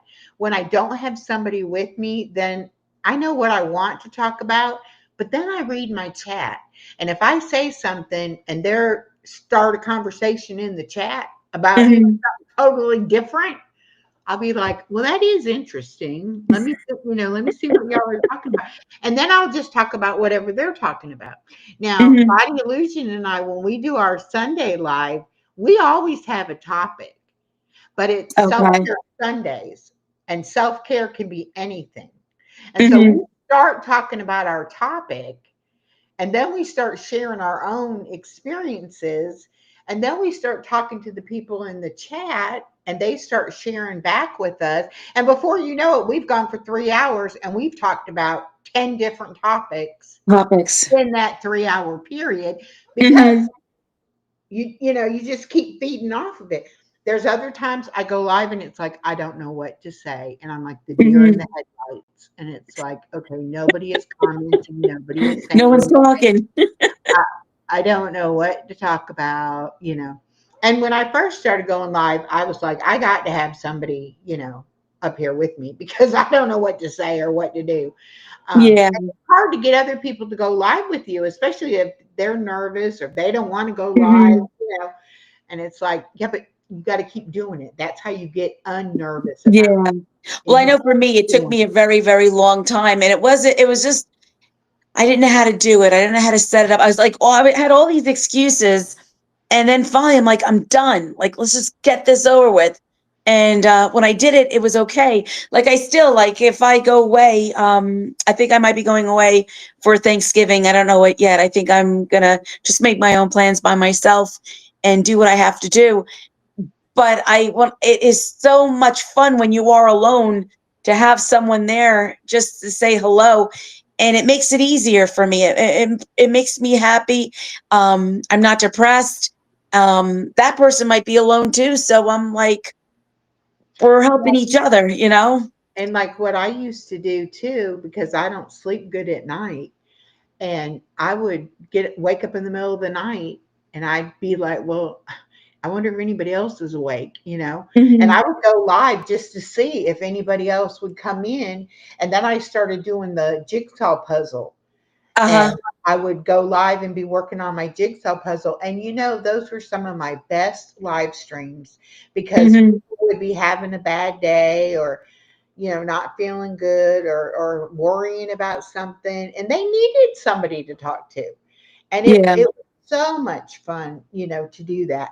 I couldn't do it all the time in the middle of the night because I was doing the daycare for her every day and I had to get up at 5 o'clock in the morning. So it was Hmm. like, I couldn't do it all the time, but I would do it when I could. Yeah. Do you get And enough sleep, or do you sleep good, or are you no sleep at I, all? I sleep better now than I used to. I used to have sleep apnea before I lost weight, and Hmm. it would the mask and everything, it would wake me up, and then I couldn't go back. Hmm. But Yeah. But when you had your YouTube channel, did you sleep a lot, or were you always worried about the channel and just, I I feel was like I don't get enough so sleep because there's so much to do. I was so I didn't know anything. I didn't know how to use the program. I didn't know how to edit. I didn't know how to I got a gnat crawling on my screen. I didn't know how to get on StreamYard. I didn't know how to go live up. I was like, I didn't know anything. My friend and I started the channel, but she didn't know anything either. She really was the one that wanted to do the channel. And I was like, well, I'll help you figure it out. And so we started like two blind people, trying to help each other.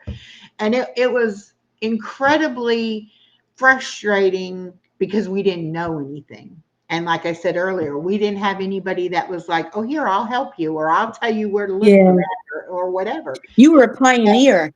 And it was just like, oh boy, if I ever figure this out, I am going to help Hmm. other people. Now, is your friend still with this channel, or no? Did she Yeah, drop well, out? well, she has her own channel, Oh. and it was a kind of a funny thing. Neither one of us should have started our channels at that time. My granddaughter was an infant, and I was watching her, and so I had her all day long and into the evening, but late at night I was available, and on weekends I was available. My friend Norma, she was raising her two grandkids, so during the daytime they were in school, and then in the Oh. evening they were home. It was dinner, homework, getting a bath, going to bed. Hmm. Different And on hours. the weekends, they were home. So it was like when she was available to go live, I wasn't. And then when I was available to go live, she wasn't. Yeah. So it was like, we wanted to do it together, but it was just hard to get the timing right. Yeah. And so we ended up doing a lot more videos than actual lives and things like that. And then I ended up starting my dog channel just because I wanted to play around with the editing more Yeah. and things like that. And then eventually I started this channel. And she still has her channel. She does crafting on it, and she's in a community. They do a lot of bingo games. Hmm. And so she found her niche and she's happy, and I found mine and I'm happy. And we're still very good friends. Hmm. But now that and it's like, sometimes she'll ask me, like I had put out a video where it looks like you're walking through the woods. and the video is going, and she's like, okay, tell me how to do that because I want to do that. And I was Mhm. like, it's on our Canva because I know she has Canva because I do too. And I was like, here, I'll send you a clip of it, but all you got to do is go on the Canva and look, type in there nature scenery or whatever, and it'll pull these things up. Mhm. So now she can use that because she does some motivational, inspirational type videos too. Yeah, I think But, that's good to have you know, somebody to help you. It was very hard for me because I didn't have anybody. Some people like to share, and then there were some people that just didn't like to share, or they wanted something for that. You know what I mean? It wasn't just sincere, and right. uh, and that's why Well, it and took 3 months to do everything. there's a lot of people who will be glad to share information with you, but it may or may not be true, and Mhm. it may or may not be helpful. Yes. Now, I don't know if you saw Moon Over Miami in here in my chat, but Moon Over Miami is someone who I've actually made him a managing mod on a live stream that I was having a problem, and he came in and he helped me figure out what I was doing wrong. Mhm. Now, there are certain people that I've met that I trust, and I know if I'm not able to figure something out, I can ask them and they will help me. But not everybody is like that, just willing to help you for the simple thing of helping you. Mhm. You know, like you said, they want to charge you or they Sorry. want to do. I have people who have made me images and clips that I use for free. I have people who have written me songs for free. It just depends on the community that you build, and they Mhm. just want to see you do good. They don't want anything from it No, and they do that from the that goodness of their heart. right. And those are the kind of things that I say I'm successful because when you open up your email and there's a song from somebody and they're like, I wrote this for you, Wow. I can't put a price on that. No, you really So can't. I may not be successful in YouTube standards, Yeah. but I'm very successful in my Mhm. family, I you had some know. people had written songs for me, but I don't feel comfortable of taking those songs and putting them out there because I didn't write them, or you know what I mean? Like I don't can't explain it. It's weird. I just don't feel comfortable. Well, I think it depends on what the song is and who wrote it and why they wrote it. Mhm. Um, sometimes people have ulterior motives in what they do, and then other people don't. Some Yeah. people are just like, they want to do it out of the goodness of their heart, Yeah, I or think they just mostly they do it really from the want, goodness of their heart, but I you just I don't feel right doing it because I'm like, it's not my song. but as long as you give them credit for it, Yeah, no, I as agree. I long as agree. you let It's people hard 'cause know this, I never let anybody in. I always do everything myself. You know what I mean?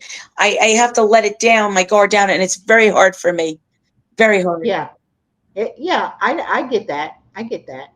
And you don't want to trust the wrong person. Mhm. You know, people can hurt your channel if you trust the wrong Yeah, people.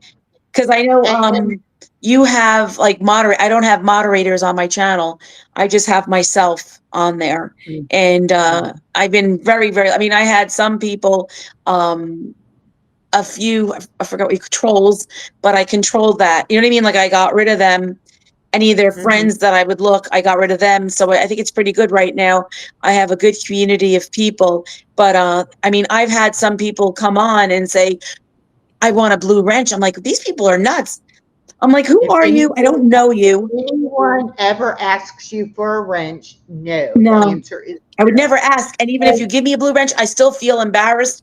I don't feel comfortable and I would never abuse it. I would never, I'll say thank you, but then that's it. I, You know what I I mean? I give a lot of people wrenches on my channel because I want them to be able to easily connect with the other channels by Hmm. just clicking on the icons.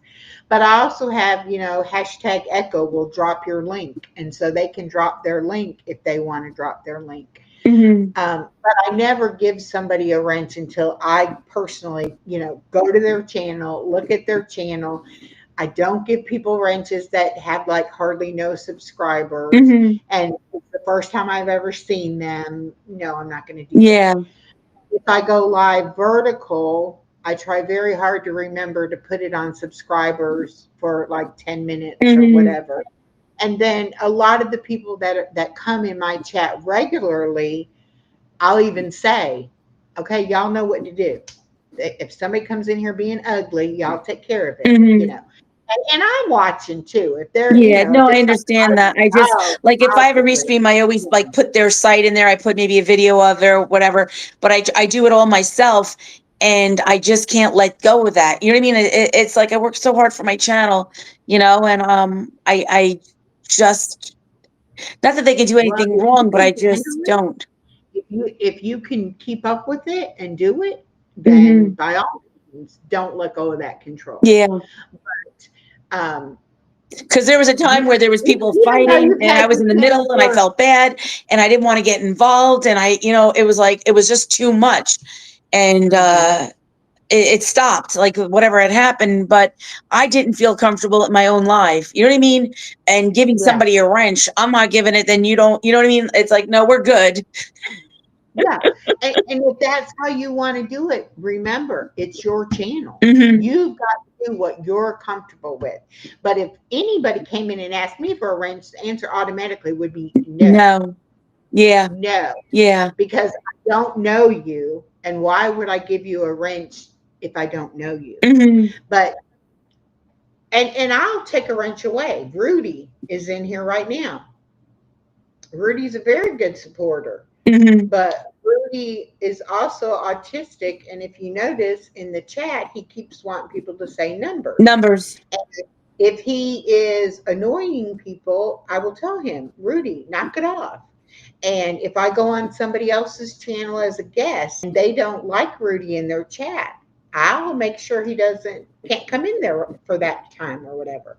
And I don't want to block anybody, but I don't want to upset my people in my chat, or if I go on somebody else's channel, I don't want to upset their people, you know. So Hmm. what I allow on my stream is going to be different than what I'm going to allow on somebody else's stream. And Hmm. and the same thing, if somebody has certain ways that they do their channel, you have to respect that, You have that to that's respect the it. way they want to do their channel. And there's no right way and there's no wrong way. It's Hmm. all just, what works for you. And I think that's what people, when you try to give advice, you try to tell people, well, this is what worked for me. And they're like, well, I'm not going to schedule nothing ahead of time. And I don't do notes. Hmm. And okay, fine. Do what Yeah. works for I mean, you. I think it's But respectful to listen, and maybe you have different views. Something yeah, works for you that doesn't, but respect it. You know what I mean? And not be like, you know, yeah, carrying on about it. that's right. And You know? nobody wants to not succeed. I mean, I don't care Hmm. if they have 10 subscribers. They wouldn't have started a channel if they didn't want to succeed. But what is succeed? What is your success going to look like? Hmm. Because you'll know when you're successful. When you Yeah. feel successful, you'll know, okay, I set out to do this. I feel like I've accomplished it. I feel successful. Is that 100,000 subscribers? I don't know. It I don't know. depends on the person. And some Yes. people will have, 200 subscribers and they're like, I don't think I could handle more than that. I have 200 great people and that's what I want. Hmm. Perfect. You know? But if you only have 200 subscribers and you want 10,000, then you're not going to feel that way about 200. No, You're going to no. want more. You, But you if know what you I noticed too? have, I noticed about like on my phone, if I look at my subs, there'll be mhm. people that just sub, but I didn't even know like in two, because I don't really check it all the time.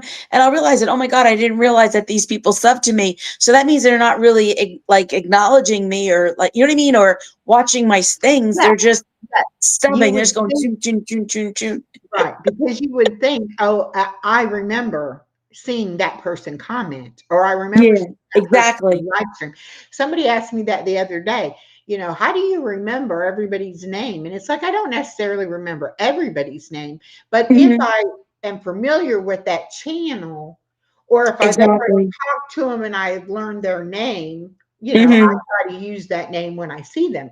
But I don't remember every single person. I mean, you Mhm. can't, I might not but remember, but I'll always remember a name. Like I'll be like, oh, well, and then I'll be like, oh, this one I didn't realize it, but there was no acknowledgement. We didn't have anything report back and forth or right, connection. And I'll right, be like, oh, I didn't know we were friends with them. And then I'll go there and then I'll go look at one of their videos to try to see if they want to connect. And if they don't, okay, well, you know what I mean? I did yeah, what I had to do. Now it's up to you. It's like a tennis game. You have the ball now. You right. got to bring it back to me. But and I had somebody in my chat on Friday that was because there were some new people in there, and the person said, um, if don't be offended if I don't, connect back with you. Because she believes in the same thing I do. If you're going to just sub to be subbing and you're never coming back and you're never going to watch anything, I don't need that. Thank Hmm. you, but no thank you. And Yeah. I'm not going to just go and sub to a bunch of people just to be sub to them, No, you know? no. And It so, really is worthless. yeah, There's no point. and It's a be waste of honest. time. Just be honest about it. There's nothing Hmm. wrong with saying, if you're going to support me, great, support me. If you're not, I don't want to have all that boggled down, just to have the number. The number doesn't Hmm. mean anything to me. Can I ask you also when you are, what was my question that I was going to say to you? When I'm trying to think what it was, I can't think what it was right now. But if you have, I had a senior moment again. Oh, I can't remember. It was something to do with with subscribers. I know what it was. I noticed now that I have like almost, I don't know if I have 1,600 or whatever I have, but I mhm. noticed that I cannot keep up with it. I do, but I'm behind. But I find that some people get offended that if I don't, oh, why aren't you at my, you know what I mean? It's like I'm trying to keep up. Like, how do you keep up? Or is it an understanding that we're all growing? And if we're all growing, we're all like moving up together. You know what I mean? But I'm saying, like, it's hard sometimes. Well, um, it's kind of like we can't all go to everybody's live. We can't watch every single piece of No, we content can't. everybody puts out. And so Hmm.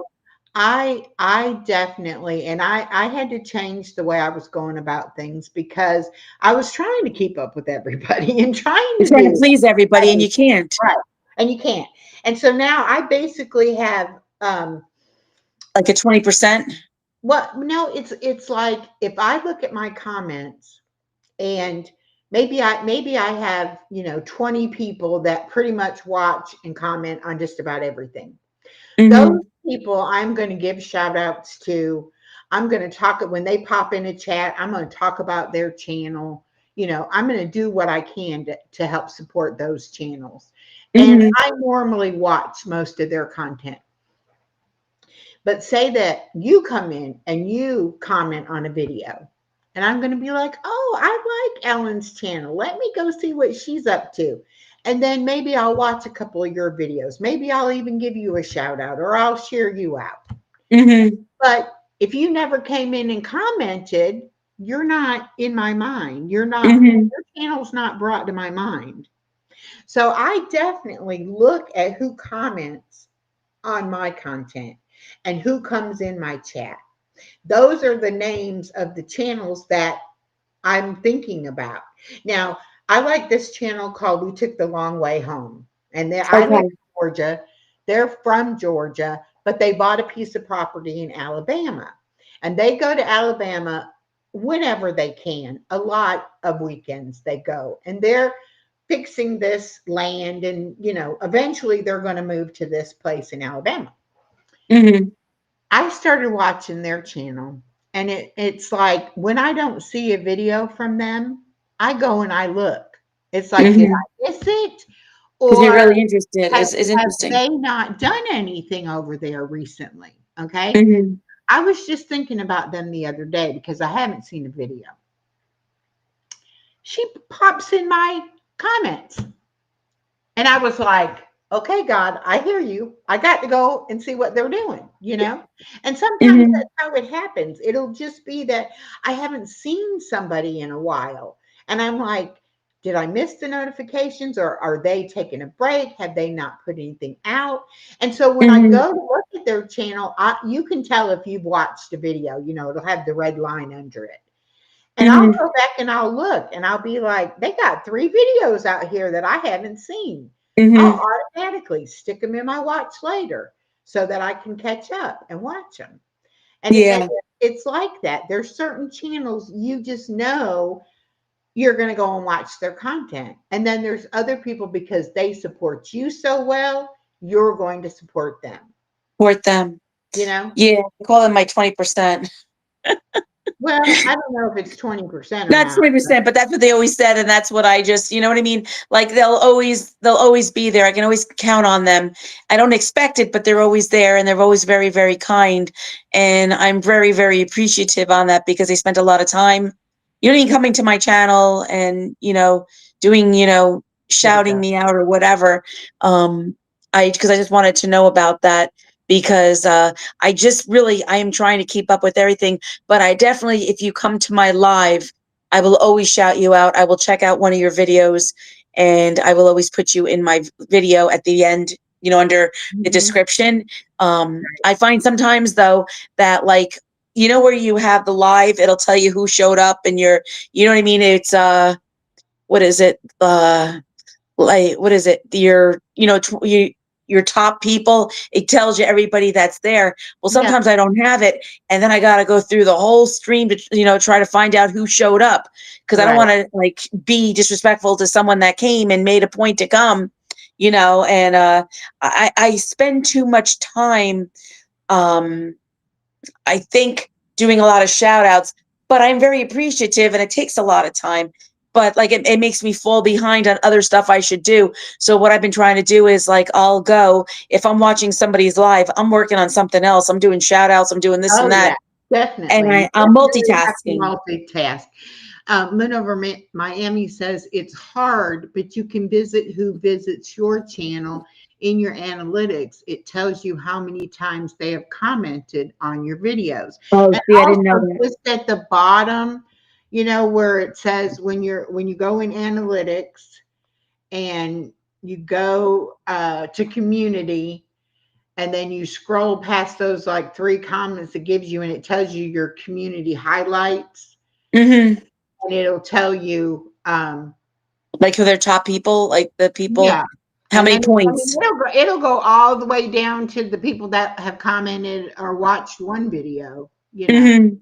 And so Yeah. a lot of times I'll do that. I'll be like, well, I'm going to take the top 10 off of this and I'm going to give them a shout out. I used to try to write down while I was live, write down everybody's name and then go I back do. to a I shout do out. that. And it got to be too much. Too many. It's getting, I mean, I have pages like, and the Yeah. sad part is, That's why I I do do now. that I in do it. school. I'll be doing it and I'll have pages like, and I'm so far behind even on that to catch up. But I'm very appreciative on it, but it's hard. And, like if I was doing a video, if I did like 5 videos of all the comments, if somebody did it 3 times, then I would give them 3 shout outs because you saw 3 different videos. But now Yeah. what I've been doing is I shut it down now. You get 1 shout out the night. And then I'll wait to the next night. I'll X out the next day, but I can't keep, you know what I mean? Because there's so many people Yeah. and, I can't seem to catch up. And like I Well, said, let me it's ask hard. you this. It's hard. The people that you're shouting out, how many of them are commenting on your shout out? There are some, but I try to doing right now are they're just I'm shouting out people that have shouted out on my videos. Like I have both, so my videos come first because Because those are the ones that are a lot of important. people don't even know that they can go in and look at the mentions and see that people have shouted them Absolutely, out. I understand that, Yeah. and there's some people that don't, but then some people that are, Yeah. and I find that the people that know the mentions, not that they're more serious or anything like that, but I think they're more intuitive on what's going on with Yeah. YouTube. And I I think try they're more to check striving. the mentions and I try to make sure I go to that post or shout out and Now comment, I they haven't been to do my great. mentions in 5 days. Yeah. See, and if you don't do them just about daily, you're gonna get way behind on doing them. You And know. that's what happens. And I understand that because then after I look at it, there's a lot of people that, will put in there, oh, check out my video. And I do. I watch the video and I'm very slow. Sometimes I got like two videos going at one time. I don't mean to, but I'm in a hurry because I'm Yeah. going, and then I feel bad because I feel like I'm chipping them because I'm not listening. You understand? Yeah. It's not Well, personable anymore I because try to do my shout outs now. I only do 10 at a time mhm, for the main reason that when I was trying to get subscribers and meet people, and it mhm, would put out these humongous lists of channels, and then I mhm. would try to go to all those channels. Well, the You reason you why go I through the actually beginning of the list, and then you're like, this is too many. I'm not doing it. So Yeah. I, The reason I why I did some, though, I'm sorry to interrupt, was because if they were small channels, I was giving them opportunities to go check out the channels. And if you did not do a sub or sub, but if you want to check out the channels and try to relate and try to get more subscribers, if you were new, that's how they met people in the community. Like I would always do that. yeah. I'm doing less of that now because I'll make a video, not a video, I'll do a shout out, but I always used to do like a quote. But now I do my quotes really nice and then I'll add the people on, but I don't do that every night. It might be 3 days a week instead of every night now because I want to do it more neater and stuff. Mm, But I try to get people in there that, connected. A lot of people have said they met people from my channel just from the shout outs, which was wonderful. But mhm. I'm up to a point where I can't look at anybody else's shout outs. I'm too busy. Yeah. But over Miami says, I have been deleting channels that I am subscribed to, but they haven't done anything in over a year. And Wow. that's the thing. YouTube only lets you be subscribed to so many channels based on Mhm. how many subs you have. And I've had it pop up before. You can't have any more subs. Wow. Now, Like, what is that on that? It's on. it's when you go to try to subscribe to somebody, it'll Oh, pop up really? and tell you Wow. too many. That's not right. So then you have to start deleting people that you don't, that aren't Well, really there. and a lot of times, and I think we probably all have done it when we were first trying to get our 1,000 subs. We would sub to anybody if they sub to us. Absolutely. Eventually, you've got to realize that who you sub to also affects how your videos are pushed out, who they're pushed out Hmm. to, and all of that. And so periodically, I'll just go through and I'll be like, I haven't seen or heard this person, or whatever. And I'll just start deleting people. Now, has anybody ever come and said, oh, because I'm a public subscriber? Now, this makes a difference too. If you're not a public subscriber, you'll never know if I'm subscribed to you or not. Hmm. But because I'm a public subscriber, it's going to show up in your analytics that I've subscribed to you. So also, if I unsubscribe, it'll show up that I unsubscribed. So Hmm. people have never come and said, "Hey, why'd you unsubscribe to me?" It's like, okay, you weren't looking at me either, so it's no loss that I unsubscribed to you. Hmm. I'm just looking at Relax with Melissa. She says, "Hi, Ellen. I think you should start membership soon. Do you have a membership or not? Because I don't know if I want to do it or not. I I do. am. This is my honest opinion about memberships. Hmm. I feel like if somebody's going to pay me a monthly membership, that I should give them something extra that I don't give everybody else. Hmm. However, most of the members that I have are other content creators, and because they've subscribed or joined my membership, I have joined theirs as well. Hmm. And they're busy too. And so when I do members only content, a lot of times they don't even look at it, even though they are my members, because Uh-huh. they're busy. And it's kind of like, well, they membered me, I'll member for them. You I can't just don't like all these people. Yeah, and it's like it's just another way of showing support. And it's not like there's a lot of people who don't put out content that are joining up memberships. Hmm.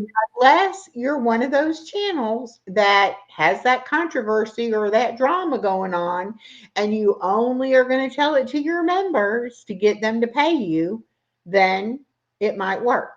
But Uh-huh. me, I've had memberships for what, a year and a half. I still have my original members that joined on my monetization party that yes, I have monetization. I have members. People join the membership in support, and I still have those people. Have I Hmm. gained members over that period of time? I have gained a few members. Some members come and some members go. Some members, they subscribe or join to me, and I join back to them. So Hmm. is it I just making you thought you money? Yes, you do make a little bit of money from it, although YouTube gets their cut out of it as well. So even I don't even make half of what I make from my membership. hmm So because I feel a certain way. money, I make more money off of my ads than I Ads. do off of anything else because Yeah. I don't have a lot of people that give me super chats either. Every now and then, but Hmm. it's not something that I'm out there asking for or that I try to make people feel like I expect a super chat Hmm. from, you know. Yeah. See, my But problem is with the super chat. I am broken because I'm gonna cry. I feel like we're in an economy where everything is so tight, and it might be say $5, but I'm trying to spend $100 a week to for 14 days to live on, mhm, and it's hard. And I feel like it's a different economy, and not that I know a lot of people that are poor, but it's just I can't ask for it. I just can't ask for it. Maybe I should and just do it. But if I was to do it, would it 99 cents be too short? And then it's like, well, you can't do that. You have to do it well, 2.99, 3.99, 4.99. That's well, $5. And it's hard for me because I don't have much. You understand what I'm saying? right. And it depend. I mean, it really depends on your reason for doing the membership. Now, let's talk about the source. The source's membership is 99 cents. Is it But he really? probably has, yeah. And he probably has, I don't, last count I heard he had over 250 members. Okay. Uh-huh. So that's $250 a month. Mm-hmm. If your membership is $5, it does that amount, but less Mm-hmm. people will be willing to pay $5 as opposed to 99. Yeah. I have Because it's hard because if you have 199 friends, and 499. yeah. And some people will join the membership and they don't support your channel, but they feel they're supporting you because they're paying you the monthly membership. And Mhm. then when I join this membership, I feel like I need to be supporting their channel as well as Yeah. being their paid, you know. So it's a personal decision. It all Yeah. depends. Moon I'm over thinking about it. I Miami. haven't thought about it, but listen, it's hard because, you know, I'm gonna cry. It's hard. Like I had a house and I lost everything and money was so tight and it's hard for me because I work so hard for my money. You know what I mean? It's just so hard. And it's nothing bad that people, you can charge whatever you want. But for me, what I went through, it's so hard to ask anybody for anything, and that's it. I can't explain it. It's just something that's is heavy on my heart, and I really would have to think about it because I treat everybody all the same. I know you can have the membership, you can do something extra. I understand it, I get it, but I just can't think about it right now. I have to really just. Well, and what I'm going to say is that probably my best supporters are not members. Hmm. And even some of the ones that are members, I know them well enough to, I mean, that's, they have to think about, okay, can I afford that this month, you know? And it means a Hmm. great deal to Things me come that up. they want to help me by doing it. But on the other hand, it wouldn't matter if I didn't have any members, if I never got another super chat. It wouldn't Hmm. matter. You know, Yeah, I'm not in it for the money. And I've said it before on my channel. I pay for different things to be able to do my YouTube, and I don't even break even. I do So too. I do would too. I you do know, too. would it be worth it to me to not do YouTube? Yeah, I mean, financially, it probably would be, I would do better financially if I didn't do YouTube, but I want to do it and I want to have the friendships that I have there. So, Hmm. whatever anybody does, whether they send me a gift or they become a member or whatever they do, it touches me and I Well, appreciate that's what it. it does. It touches me, But and I'm not going to ask either. I yeah, feel like you do. I'm not on here to beg and say, oh, and you know, no, it's so impersonal. I some think. people will be like, well, I'm not going to be on next month because I can't afford to pay my internet and I can't pay my StreamYard. And, you know, and then people will give them super chats. Okay, here, there you go. I'll pay a month for you to do it. I wouldn't tell anybody if I was fixing to be evicted tomorrow. They would Hmm. never know it from my mouth, you Uh know. huh. They I know. might hear about it from somebody else, but I would never, and I would never beg. But I'm an ex people pleaser. And to me, that just, it's like, I can't, I sometimes don't even think I deserve it when they do give me Well, something. that's how I feel. It says, Melissa says, one thing at a time, then Ellen, work on the AdSense and your lives and videos first. That's what I'm going to do. But I was in a live today and I was making lasagna and stuff, and I had super chats. I had over $34 in super chats. I was shocked and I cried because it's a lot. It's a lot. And Mhm. I was so grateful, and I'm not looking for any. I truly am not. And like, I feel that if I put the membership up, um, like, I have to appreciate them for watching my videos, for watching the AdSense, for watching, you know what I mean? It's like, if I have like 250, 300 people that really are dedicated and come, I can't go to your channel and give you between $2 and $5 because I couldn't afford it. But I would feel obligated because that's what kind of person I am. You know what I Right. mean? It's heavy on my heart. So when they were giving me these things, I was sitting there crying because I was so overwhelmed. I didn't know how to act. I didn't know what to say. Not that I was embarrassed, but I was like, holy crap. Like, these people really care. It was just too much for me. Yeah. If you Well, can understand that, that's the only way yeah. I can say it. And Yeah. I'm very appreciative that I am here today. I got monetized because of you, not me. You. I might have put out the videos, but you watched them. You know what I mean? I'm very appreciative for that. Right. And I Because can't say you all my couldn't do people anything if it wasn't don't for have channels. I know people have channels. yeah. And you know what? When I first started, it was like I didn't have a single subscriber that Hmm. did also have a channel. Hmm. Like, where are the people like I was that just watched Just and then watched got exactly. inspired and decided to have a channel? It's like, where are those people? But you Hmm.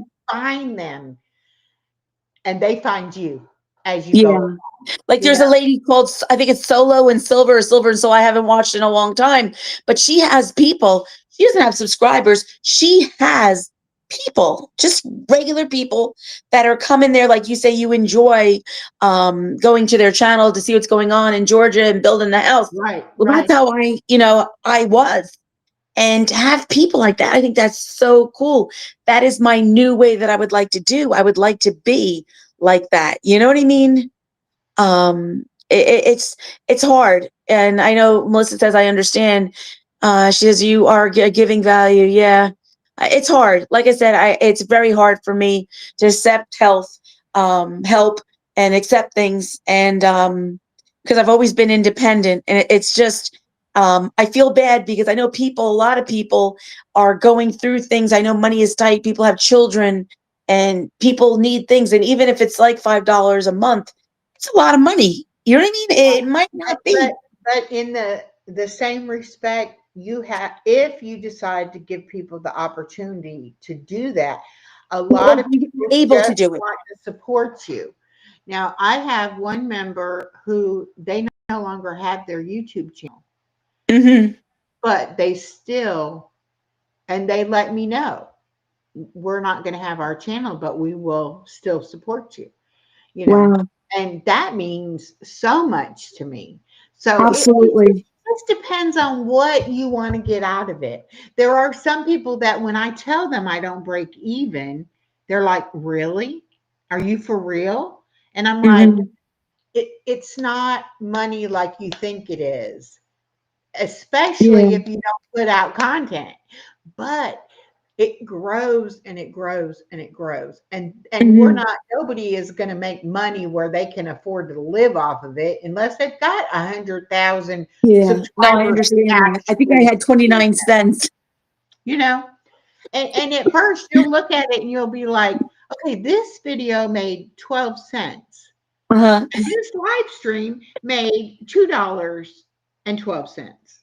And you're like, well, I know that was just a video, but still, I come on Hmm. here and talked and I made $2.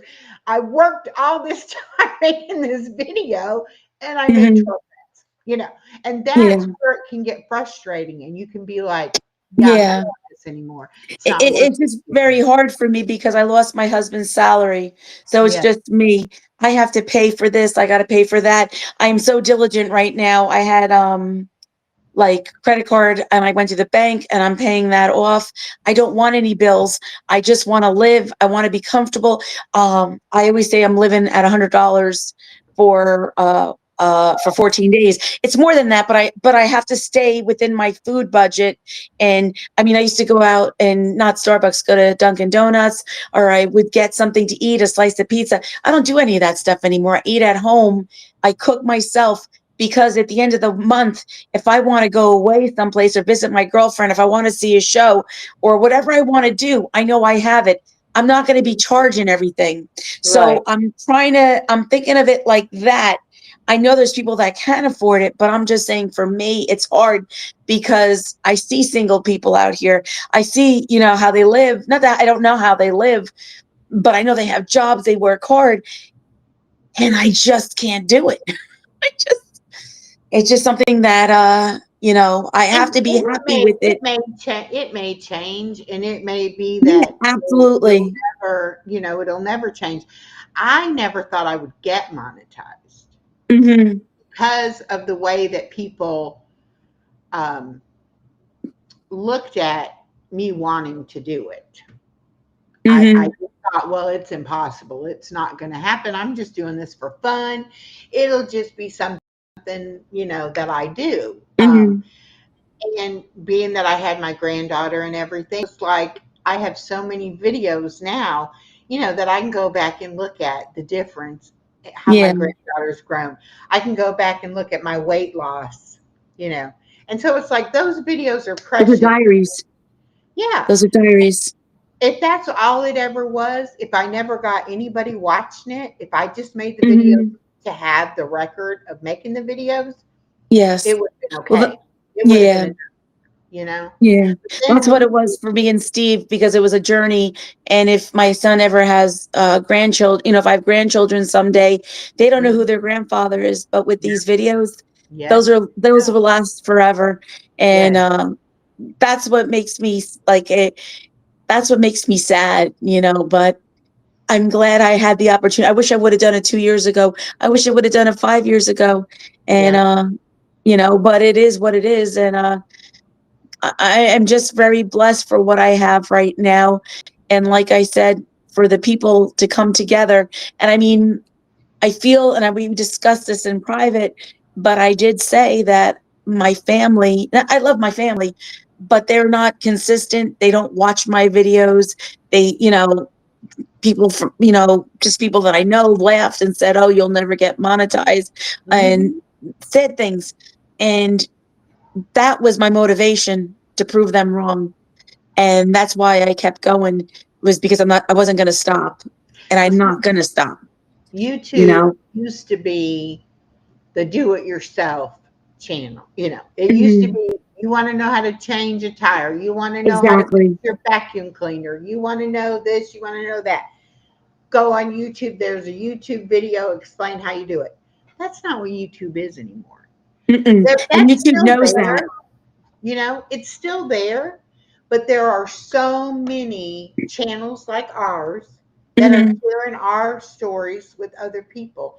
And there's not enough of us, our age group people who are on the computer and on YouTube who will Mhm. find value in it. Now, my two girlfriends that could care less, but when I tell them, you know, oh, I have a friend in Sweden, and he wrote a book. Matter of fact, where is my book? Right here. I have a friend in Sweden, and he published a children's book. Mhm. Do you Wow. know someone? Do my two friends know someone in Sweden? No. No. Do my two friends know someone who will write them a song? No. No. And Do my and they two don't. do my two friends have anyone who's ever emailed them and said, "Will you please pray for me?" No. No. No. So when you start getting that connection with people where you feel like this is my friend, Mhm. this is part of my And you family. might have never met them or nothing, but you're You, still connected. yeah, you don't have to meet them. Uh, No. Elisa from Stitching It Up, Capturing Country Life, or Creative Moments, whichever you want to call Yes. it. She and I met when I was in a hotel room because there was a hurricane and I had no electricity, and I left and went to a hotel.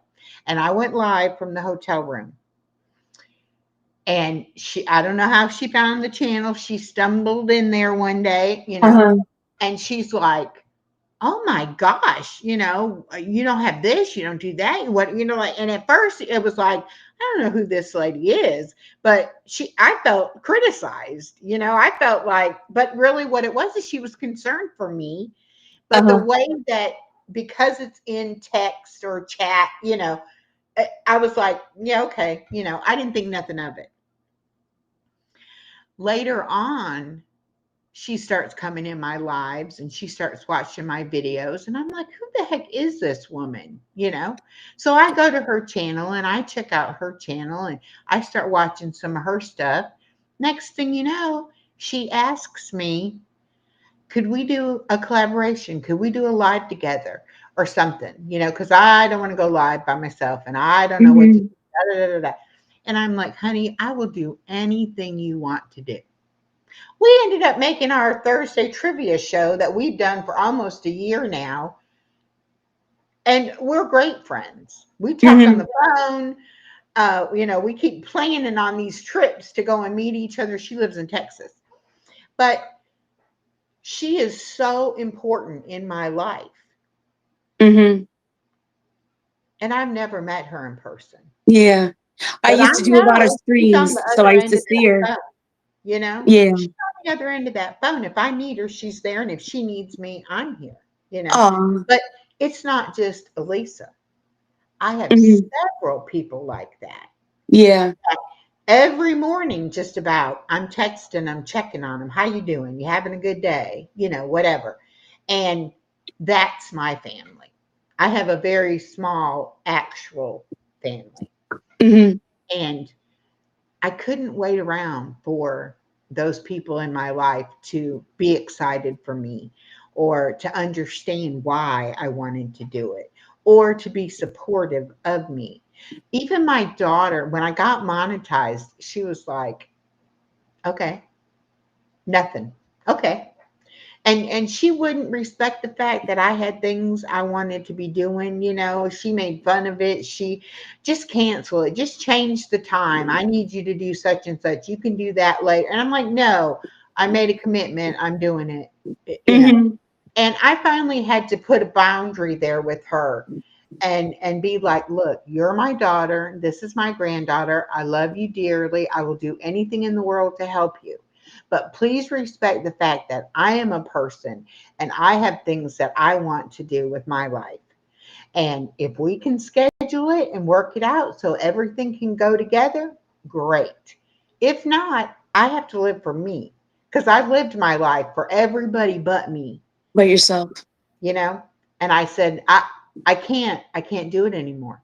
Now Mm-hmm. my daughter will say, are you busy? Can you do this? Do you have a live schedule? Mm-hmm. And she will work around that. Yeah. No more asking me to cancel or postpone or anything like Yeah. that. When It's I a get a job. package, when I get a package from somebody and I'm like, look what so and so sent me. People have sent me things for my granddaughter's birthday, for my granddaughter's Christmas, Mm-hmm. whatever it is. I don't ask anybody for anything, but I get things all the time because The I might have kindness of their said hearts. Yeah, I something. like that. I might have said something on a live stream about, like, I got a pair of pajamas in the mail because I said something about since I've lost weight. I used to be very hot natured, but since Mm-hmm. I've lost weight, I'm very cold natured now. And I'm like, winter is coming. And I used to sleep in shorts and a t-shirt. And I'm like, Mm-hmm. I'm going to freeze my butt off. It's like, I need to get me some pajamas. Somebody actually sent me pajamas. Wow. That's And I like, those was are good so people. touched. I was so literally Touched. See, touched that's how I get. I that get like when somebody people do cared stuff, I'm enough. like, it's too much for, I get overwhelmed. Yeah. And that's just the way I am. I've always been like that. I just wanted to say that Tracy Local Learning, she's just saying she's listening. It's Hi, such a wonderful Tracy. conversation. I love Tracy. Yes, I She's do sitting in too. traffic. I don't know what happened because I missed because I'm not really looking at anything.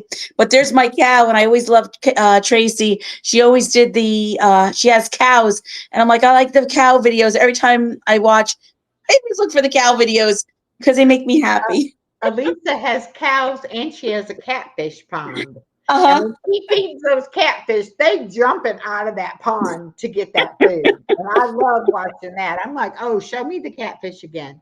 Aw. But it just depends on what you want to get out of it. We all have our own goals. Yeah. We all Yeah. want different And I things. learned so much. Somebody does this channel, and I'm always learning. And I think it's fascinating. I'm not stagnant. You know what I mean? I'm always listening to something. I'm learning something new, and I love it. I truly, truly love it. And I'm so glad I am part of a community. I truly, truly am. And I'm part of a couple communities, and I enjoy it. It's nice. Like I wish like people understood what I'm doing because I don't think they Yeah. get it, you Well, know? they will. They will eventually. Will eventually. My Yeah. granddaughter is 4 years old. To her mom, I want to call Granny. I don't think she has a live because she knows. She's been on my lives. Matter of fact, I did like an Oh, interview where I interviewed my granddaughter. But she knows I have lots of friends that I talk to on the computer and that I it talk to feels on the good though, phone. doesn't it? It feels Yeah, good. It keeps you young yeah. too, I And think. It just keeps you you know, going and they're thinking, your always brain moving. what's she doing today? What's she up to? Whatever. Uh-huh. And it's just something I needed in my life, you know? And Uh-huh. I'm glad I wasn't afraid to do it. I'm glad that I actually did it because when my friend And you did Norma it. said, I really want to start a channel, I was like scared to death. I was like, I want to support you in that, but do we have to be on camera? And see, back then there weren't Uh-huh. faceless channels. And she Mm-hmm. wanted to do a craft channel. And you didn't even see people with the craft channel where they, and so she was like, but I don't want to be on camera. I'm like, it's got to be on camera. We can't do it if Everybody's in somebody's camera. not on camera. And so she really did not want to be on camera. And I'm like, get on there. We're gonna Mhm. we're I gonna mean, do it. It if doesn't you matter. did not, if you didn't have your YouTube channel, would you be doing right now? Like, what do you think? Your whole life probably Well, would have been so see, different. yeah, because I wouldn't be diamond painting because I wouldn't have met Star and she wouldn't have Uh-huh. convinced me to start diamond painting. Yeah, You know, that's cool. Lisa's teaching me how to crochet. I wouldn't be doing that because I wouldn't have met her. you know. Yeah. I wouldn't have the friends that I have and the Mhm. support that I have The because support is really my important. friends, they know I'm crazy. You know, they know Mhm. I got issues. They don't, it's not like, oh, we think you're wonderful and that's why we're here. No, they're here because they're broken too. We're all broken. Mhm. Okay. Yeah. Yeah. No, And it's true. when we're all broken, but we come together, Together. it's beautiful. And just You like know. one whole person. You Yeah, come together. and it's like what they're good at, I'm not. What I'm Yeah. good at, Yeah. they're not. You know, we all Mhm. complement each other. Yes. But when you Yes. go into a live stream and you have 10 people immediately saying hello to you, it feels so good. You know, No, you're it like, does. they know me here, you know, Yeah. and And it's hard other for me people don't because understand that. it's hard because for me, I work a full-time job and then I'm trying to keep up with everything and do everything. I would love to engage more, but I don't engage. I'll listen. I'll sit. I always say I'm sitting in the bushes because I'm always typing and I'm always doing everything, but I can't help it. I can't catch it. You know what I mean? I'm really trying to do Yeah, better, to better just myself be and honest. take it I, farther, I and tell it's people, you know, hey, I see you're live. Great. I'm in the car. I'm fixing to get the grandbaby. I'll catch you later, mhm, you know, or whatever. But that's me. I'm there, you know, I don't want you to think I didn't notice that you went live. I know you went live and I'm trying to, you know, be supportive. But you got to live, it's got to be a balance. You got to be able to live your life and do Yeah.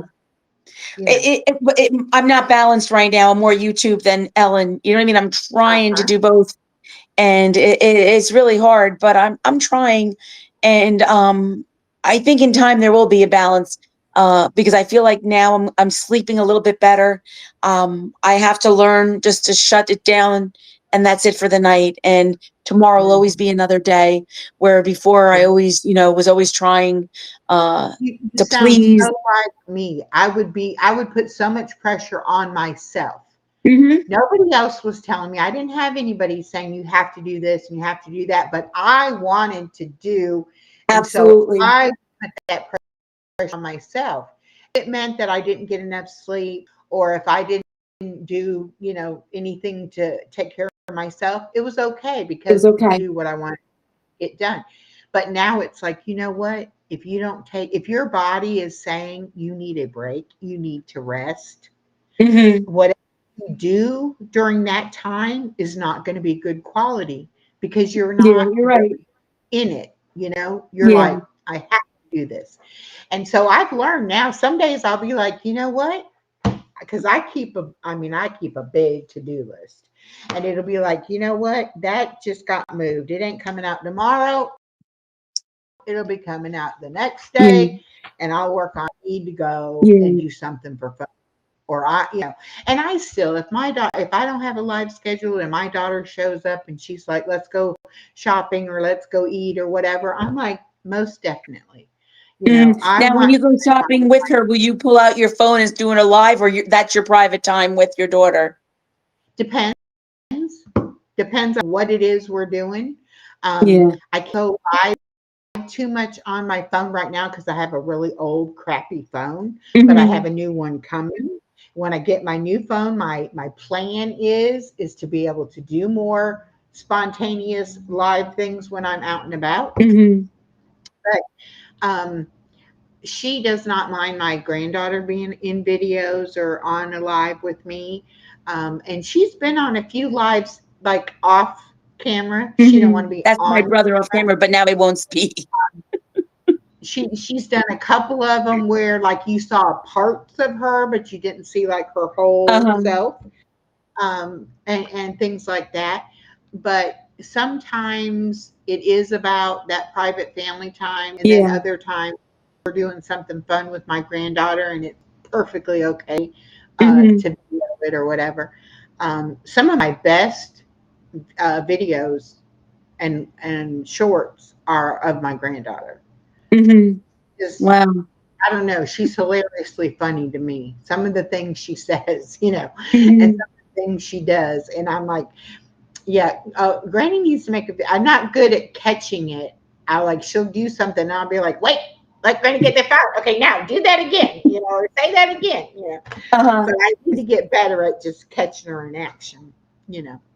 It's hard because I know my brother, like, he was a little bit supportive, and now what happened was, I had a video, and whatever he said, I didn't think it was appropriate, and I was someplace else.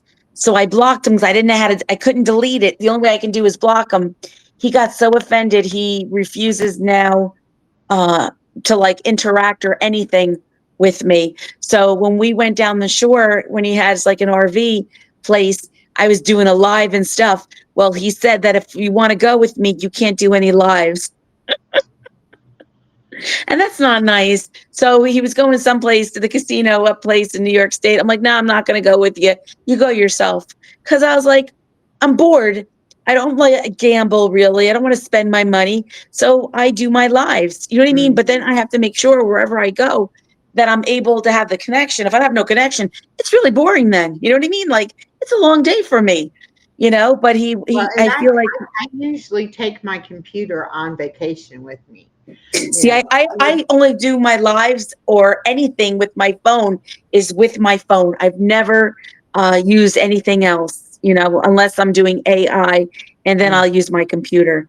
But I think I'm going to invest in something because I'm supposed to go to Reno with Debbie in the summer as soon as school gets out, and we're going to be there. I think for 10 days. I think no, 9 days. Whatever we're ever going to go. So I'm going to pan for gold, and we ooh, want to go to a ghost town. I fun. have like all this stuff, but I don't want to like. I have to do it where it's not only about my state, my channel. I have to spend time with my girlfriend. Debbie wants to go out, and you know what I mean. My friend, I know her for over 50 Yeah, something years, and yeah. it wouldn't be right. But I have to find that balance. But I always find there's always something on the video. I got to put the video on because I don't go out anymore. So like, if I go out, I'm like, yay! Yeah. Well, and that's what I tell my daughter. I said, my phone works, but it's so old, it doesn't have a Mhm. good charge and it'll die on me. And it's getting now where it won't let me update different apps because it's not Oh, powerful enough okay. or whatever. And I'm like, I just, so many times I'm like, oh, I should video this. And I can't because my phone is dead, Mhm. you know. Yeah. See, that's And why I I don't had to do like that. lives because I couldn't download. My storage is all filled up. And Yeah. I asked my son, and I'm like, we're done. I'll just do a live, or I will, you know what I mean? That's the only thing that works, or a restream. Hmm. And that's what I've been doing. So I haven't been able to take videos and like put them in storage and then do something later on. It's not happening because Hmm. I don't know what to do. So Right. I don't know whether to invest in like a camera and do the videos that way, or I don't know.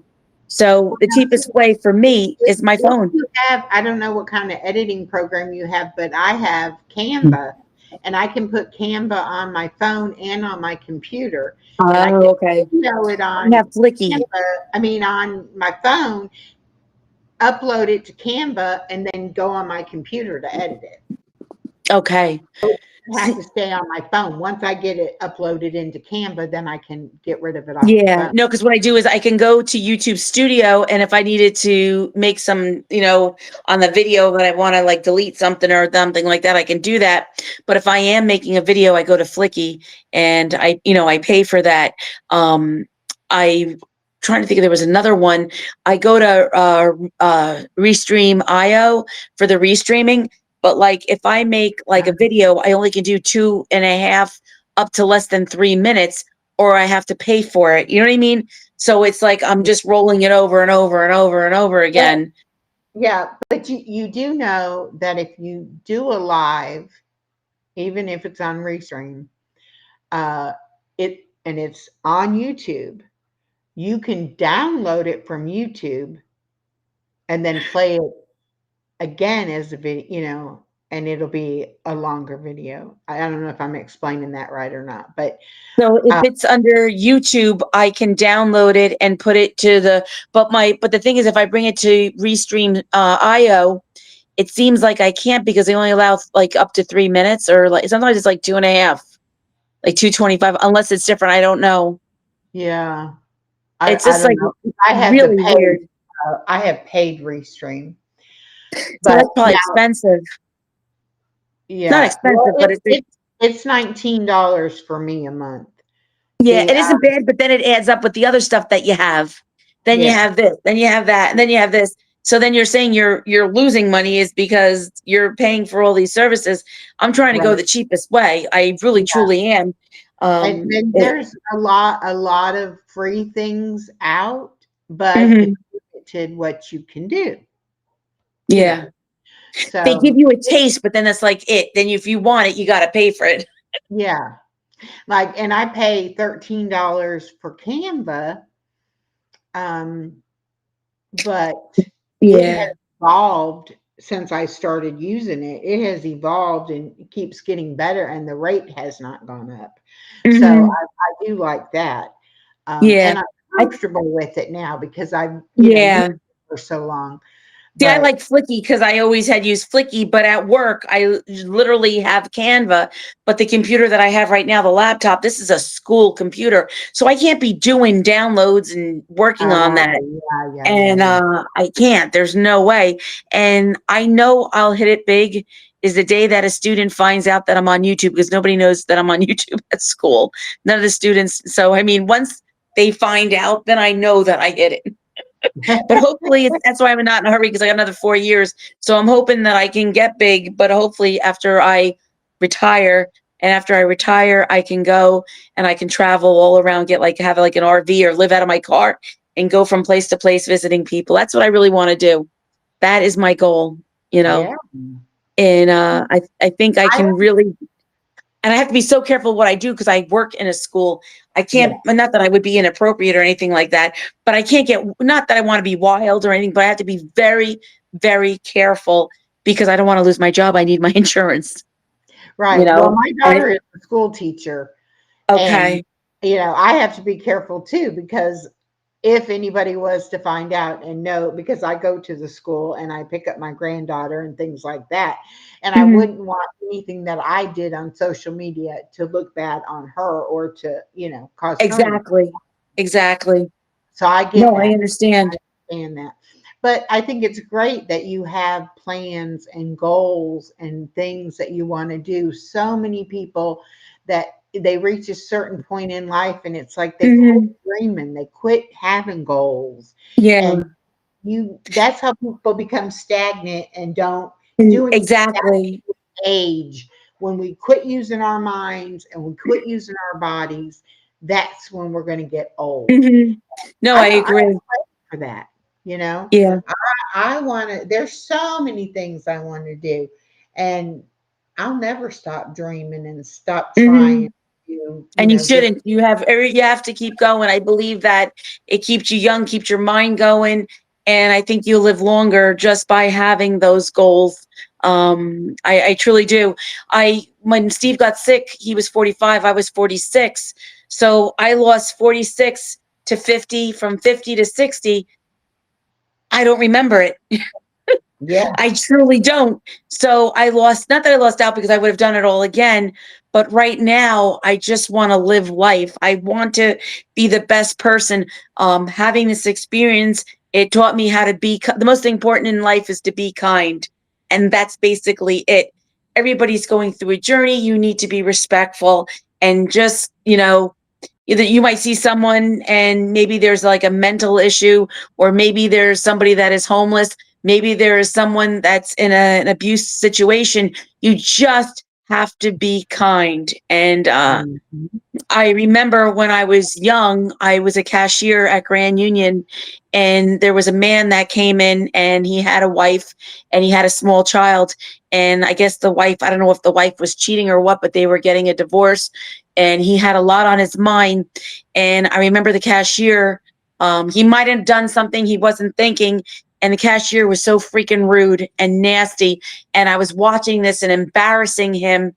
The next thing I found out, like the next day, he ended up committing suicide. mhm. So that act of kindness, if maybe he wouldn't have went over the edge on that, maybe, and I, I think it was 16 at the time, learning that lesson and feeling so bad being like, oh my God, he had a small child.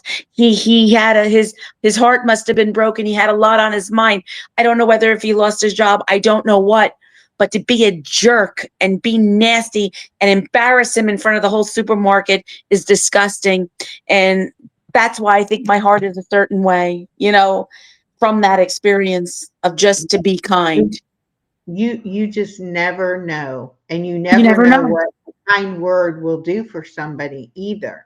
It can change their You know, whole life. It can give them just a touch of a reality to change something about them, or you know what I mean, of doing something kind, to make them not feel worthless, not to make them feel in a certain way. And that's why I'm like strong in my values with that. And what I do or how I feel things are different than other people is because I have that always in my mind. and I Uh, think a lot of people get so wrapped up in what's going on in their own life that mhm. we don't see other people anymore. Yeah. Yeah. I worked 17 and a half years in customer service at Walmart, and Mhm. I don't know You get how to be many nasty. times I feel like I need to do this in front of the cashier's face. It's like, do you Mhm. even see that I'm a human being standing here in front of you because you are so like a robot? Just you're Mhm. going through the motions. You're just get this person out of here, And it's like, what if I hadn't talked to anybody or didn't have anybody to talk to? What if I just needed somebody to say, "Hi, how's your day How's today?" your day? That's Anything. it. You So got I it. make them speak to me. I'm like, "Hi, how you doing? That's what I do Are you too. having a good day?" And I know they're like, "Oh my God, here she comes. She's going to talk to us." Yeah, Like, that's me. come on. I don't know how many people that I dealt with at Walmart that they just needed somebody to talk to them. They Mhm. would come to the store literally to have an interaction with somebody because Yeah. they And it lived could have been alone. negative. It could have been positive. It didn't matter. It was just something. Just an interaction. Yeah. And it just breaks my heart that people are living alone in this world. And I don't mean Mhm. I choose to live alone, Me but I'm too. not lonely. You know what I'm saying? I'm not lonely Yeah. because I have things in my life, but there are people who have nothing, you know, Nothing.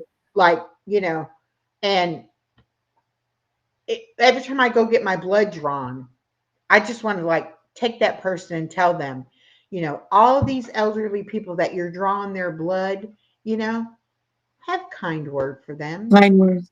You don't know what their day, Yeah. this might be the highlight of their month is to come get their blood drawn and then go see their To doctor. go out You because their know, children aren't seeing them. They don't have anybody coming to visit. They have no one to talk to. And, and and, people are and I see so many people, older people driving, instead of cutting them up and laughing at them and saying they don't belong to drive. Well, did you ever think that they don't have anybody else to take them anyplace and yep, that this is their only way? yep, Whether they're going to buy food or, that's why I think I'm I always cry because I'm very sensitive to things. yeah, I, me I too. truly am. It's hard. It really is hard. And I was actually at the bagel store, I think last week. Not that I need, because I'm eating clean, but I think it was last Friday when I was going away, I ended up getting a bagel, a mini bagel. And I was only spending, I think, I was getting somebody for bagels, like $2 for two mini bagels. And there was somebody there. They didn't have enough money. Their card declined. And I think it was like five something, and I felt bad. She was an aide, and I hold it close to me because I had an aide working, with Steve. I know they don't get paid a Right, lot of money. And I didn't right. make a scene or say, oh, I'm in a hurry, hurry up. All I did was I said, you know what, I got this. Go ahead, go. And I don't want anything. I don't think whatever. Just let's, we're good. That's what life is about, to do something. And I bet I made her day. You know what I mean? I made Yeah, because I feel like a lot of people in that field are not really respected. They're not, you know what I mean? They're just like they're treated like shit, yeah, yeah. and that's all it So is. And many it people. doesn't matter basically where you are. It's always about that kindness, and I'll always do it. Tell you, Always, Carmen, always. you I wish I you had $1 million, because if I did, I would go to Walmart and I would look Yeah. for the people with their families, and I would pay for their Christmas gifts and just go around just giving people money. Yeah. And people are so grateful. You don't understand. Like, people are grateful. People do without because they might have to pay for medicine or they have to pay for things. Everything is so expensive, and that's why I have this thing about with money. Yeah. It's hard, Well, I don't, and I'm blessed. I don't live the way that I lived before. My life has definitely changed. Absolutely. However, my morals haven't changed. Hmm. I still have that want to help other people. I might not be able to do it financially, but Yeah, maybe I could do it some other way, or maybe I can just help to just figure to out a smile. way for them to, get it. But yeah, just that little bit, The little I things. It mean, isn't the bit. It's the little things. And it it just amazes me, how people, and like you go somewhere, even at the doctor's office, you see the people, they're sitting there, no one's talking to them. It's just like, I just imagine how lonely their life is, hmm you Can you know, imagine? Like, I seen it in and the hospitals, and I seen them people, the senior citizens by themselves. I was at yeah, dialysis, and my father was there on dialysis, and there was an old gentleman there, and he used to go there. He was at the veterans home, and he didn't even really have clothes or anything, and we had too much, so I was giving him stuff and everything else. And the one time I mm, went, my father, when he had his dialysis, he had gone to a rehabilitation facility. They broke his back. That's another story I'm not even going to get into. But mm, so when he had his dialysis, he laid down. Well, this man was in a chair, and he was leaning over so much. I lost my crap. And I said, "Excuse me, he doesn't feel well. There's something wrong. Call nine." And he's getting dialysis. Call 911 and get out of here. What's wrong with you people? And then I found out a couple days later he had died. Can you imagine? They couldn't even show respect. You're in a veterans home, and mm. he's going to dialysis, and the people were so disrespectful. And I mean, you have no idea how many times I yelled at them, and I said, "I'm holding you all accountable." I just like, I, I can't explain it all, but there's people that have no one, and it just really just affects me in such a way that I can cry because I've seen it Yeah, I firsthand. know. Mhm. But this is our life, and I find that getting older, and it's scary. Am I going to have somebody watching me or helping me? I don't think so. You Yeah, know? and that's why I am so determined to get to a place in my health Hmm. Me that too. I can stay independent and I can take care of Absolutely. myself. Not that my daughter wouldn't take care of me, but I don't want to be a burden Yeah. on her. I don't want, and I really want to be able to live my life the way I want to live my life Mhm. without having to, have somebody, you know, manage me. Yeah. You know, No, I agree. I I want agree. to I can see do myself my at own some thing. senior place sitting there doing videos and saying, "We're playing bingo right now." Well, I just don't think I can. I don't know. It's going to be adventure, whatever it is that we decide to, how we decide to live our later years. It's like we have opportunities. We Hmm. have different things that we can do. We don't have to just resign ourselves that we're going to reach a certain And that's age it. and then we're going to, be in a home or be a burden to our children or whatever. Yeah. We don't have to live that way. We can Yeah. do See, my what we want mom's to do, family, the but we women have all to keep lived to our be like, minds sharp. I'm sorry, go ahead. I'm sorry. No, no, no. Go ahead. On my mom's side, like, all the women always lived to be 72 years old, and they all died of heart attacks. And I don't have that fear. Like, my brother, not my brother Michael, my other brother, he has a pacemaker. At one point I did have an irregular heartbeat, but now I'm okay. But I always have that fear that I'm not ever going to go past 72. And it's sad. You know what I mean? I know I'm okay. I got to go to doctors and It stuff, is sad. but I had kidney cancer. I'm okay. But I have this feeling that I would like to live a long life, but nothing is ever guaranteed. You never know what's going to happen. So No, I'm that's just how trying to live the best life, my dad and family, nobody lived past 50. wow. And Wow. some of them had heart problems. My dad had cancer. Some Mhm. of them like had a train accident, a car accident, whatever. I mean, all different reasons, but Mhm. nobody lived past 50. So I have Wow. an older sister and a younger brother, and we were all like, "Oh, if we make it to 50, we're doing good." And now Yeah. that we're all past 50, it's like we broke that curse. Yeah, People live thank longer than God. 50 now Yeah. in our But I always family. felt But, you know, if I can understand that. Like, oh, 72, that's it. That's the cutoff, the that's the cutoff. expiration There's an date. That's expiration date it. on the bottom of my foot. So yeah, I can understand that. And you don't know. You really don't know. I mean, we could get hit by a car walking across the Mhm. street. You never know what's You gonna happen. never know. You never know. I 'Cause just I'm want to not make gonna sure that I not leave an impact, but I just want to make sure I just want to I don't want to leave a legacy really, but I just want to be a good person. I want to experience life because I didn't have that 14 and a half years. I feel like I'm trying to catch up. I'm not trying to do silly stuff or do stupid stuff, but I just want to, like, I feel like I've been out on stuff. You know what I mean? Like I'm not, yeah, yeah, like I fell behind on the yeah, times. You know what I mean? yeah. Like, I and I want to catch up. in a little different way, but I feel the same. It's like I feel like I wasted so many years of Mhm. taking care of other things and working and doing and neglecting myself. And Yes, now that I want to take care of myself, I feel like there's so many things that I really should have done during those years that I didn't do didn't for do. myself. And now it's like I got to hurry up and get these things done because Done. you don't know how long that you have. You know, Yeah.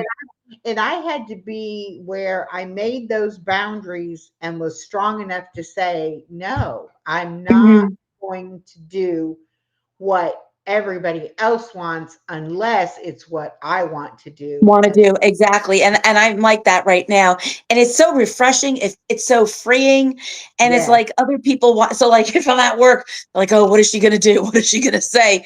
But I'm honest. I don't talk behind people's back. I say it to their face, and right. if I'm feeling a certain way, I'm not gonna leave that off. I'm gonna say it. Don't I'm an aide. We work with kids that have special needs or there's a learning disability. Don't be all nice if you can't be nice to other people, and then you expect that you're going to teach these kids when you have no morals. You know what I mean? Like, Exactly, exactly. and that's how I am. And it drives them crazy because sometimes I'm like, so the kids all like me because I'm all fun, like I'm fun, but in the same respect, I'm, let's get it done. Like I'm different things. Um, and I think it bothers them that I have such a great rapport with them, and but I'm strict. You understand what I'm saying? So it's Yes, like they yes. can't, but they try to But they pretend, but they can respect never be you. me. They It's like they respect you because that you care and that you Uh-huh. do have their best interest at heart. And so the kids will Absolutely. respect that. Whereas kids are very good at telling when somebody's fake, you know. Yeah. Oh, But they can. They know. yeah, And I'll be like, listen, just stop fighting like little old ladies. I'm like, just stop. But they're all yeah, really good kids. You know what I mean? But like I said, if I ever find out, like if someone comes up to me and says, oh, what's in my name? But I'm on YouTube, then I know, then I hit it. I'm big. If yeah. I have people coming in there, and especially sometimes I use this, and sometimes they'll do motivational videos. I'm like, oh my God, I hope my video don't pop up. I'm like, you get nervous. You get really nervous Because like I said, I don't want to, try to Yeah, keep it separate. It's hard, yeah, but right. I Well, can't believe. that's the latest advice is not to tell anybody that you have a YouTube channel Mhm. in your Yeah, personal life. And I'm like, well, see, I failed at that because I failed I at was that so because I was always excited. honest. Honest. I was That's so how it was. But I feel like YouTube, for people over 45, 50, and 60, 70, I think there's more of a platform for us and we're starting it. You know what I mean? Like we're bringing it in. So we're like the pioneers, if you think yeah, about it. yeah, because I feel like YouTube wants us to succeed because if we succeed, they succeed and they make more money. yeah, So I think they're pushing us too. and Um, they there's a weren't lot of there. opportunities. There wasn't people like me when I started. I mean, Hmm. there may have been, but none that I saw. It's Yeah. like I felt like, oh, I'm like a dinosaur here, and it's like Yeah.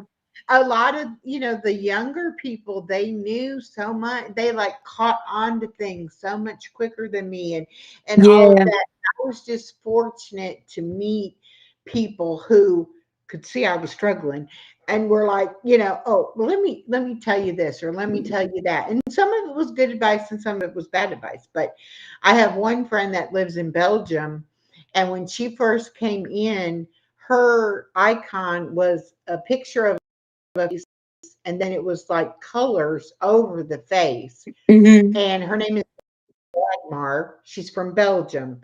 I thought Dagmar, that fake name. And I looked at that icon and I'm like, this a troll. I'm like, what are you, a troll? You know, so mean. I wasn't mean, but I was like, if you're a troll, you need to leave. I don't want trolls in here. And Hmm. she's trying to talk to me, and you can't tell, if it's male or female or young or Hmm. old or what. You can't tell anything.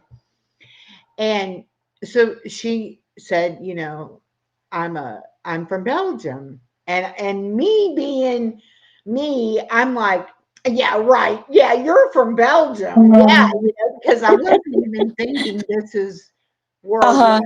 you know. And she's So like, no, far away. seriously, I'm from Belgium.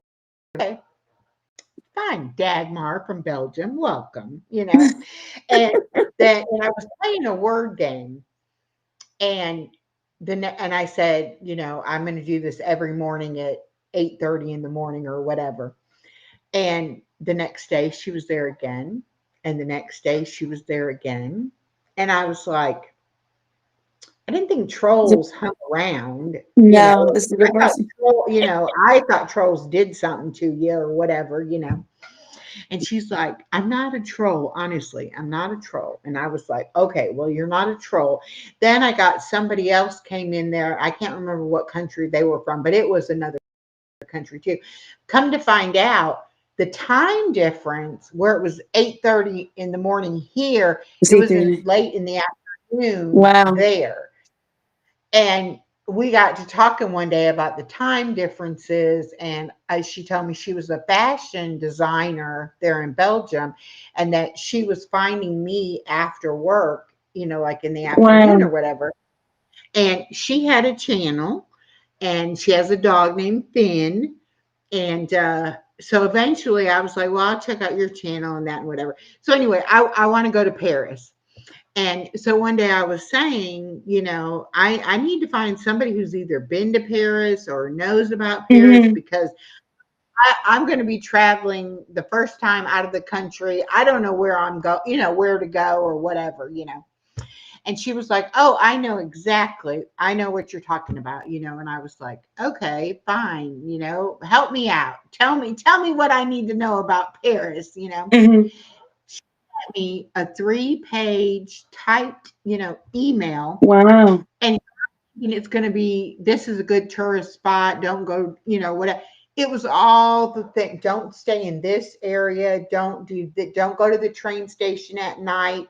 Don't do, like all the things like people would know, Uh-huh. Wow. you know. And then I look on the map and see that Belgium is right there by France. And it's like she goes on those day trips over to Paris. And Hmm. this is insider information. I need to know this kind of stuff, you know. But I was just like so amazed that I met somebody from a foreign country that I actually developed a friendship with, you know. Wow. And I Did would you meet her when you went out there? oh, I haven't Did gone. you? I haven't Oh, you gone. didn't go. No. That would Um, be a nice trip. but yeah, that's the plan. If I ever do get to go, she's gonna try to be able to come and meet me there in Paris. So Hmm.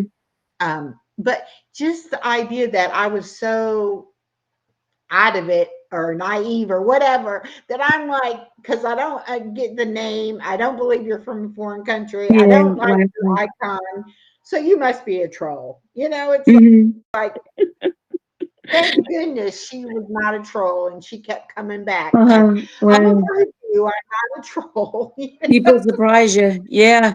Now, do you find that there is a difference in like I know you Different said that there countries. is a difference, but do you find that there's more older people, not older, but like our age on here more? Like there's Oh, more now, yes, yes, and yes. more So many opportunities. more, so many more people of the midlife, you know, Hmm. like midlife changing or, you know, things like that. Yeah. And so people about, you know, retiring early or after retirement. So many things that I just did not see. And I don't know if they weren't there or if I just wasn't going in the right places or what.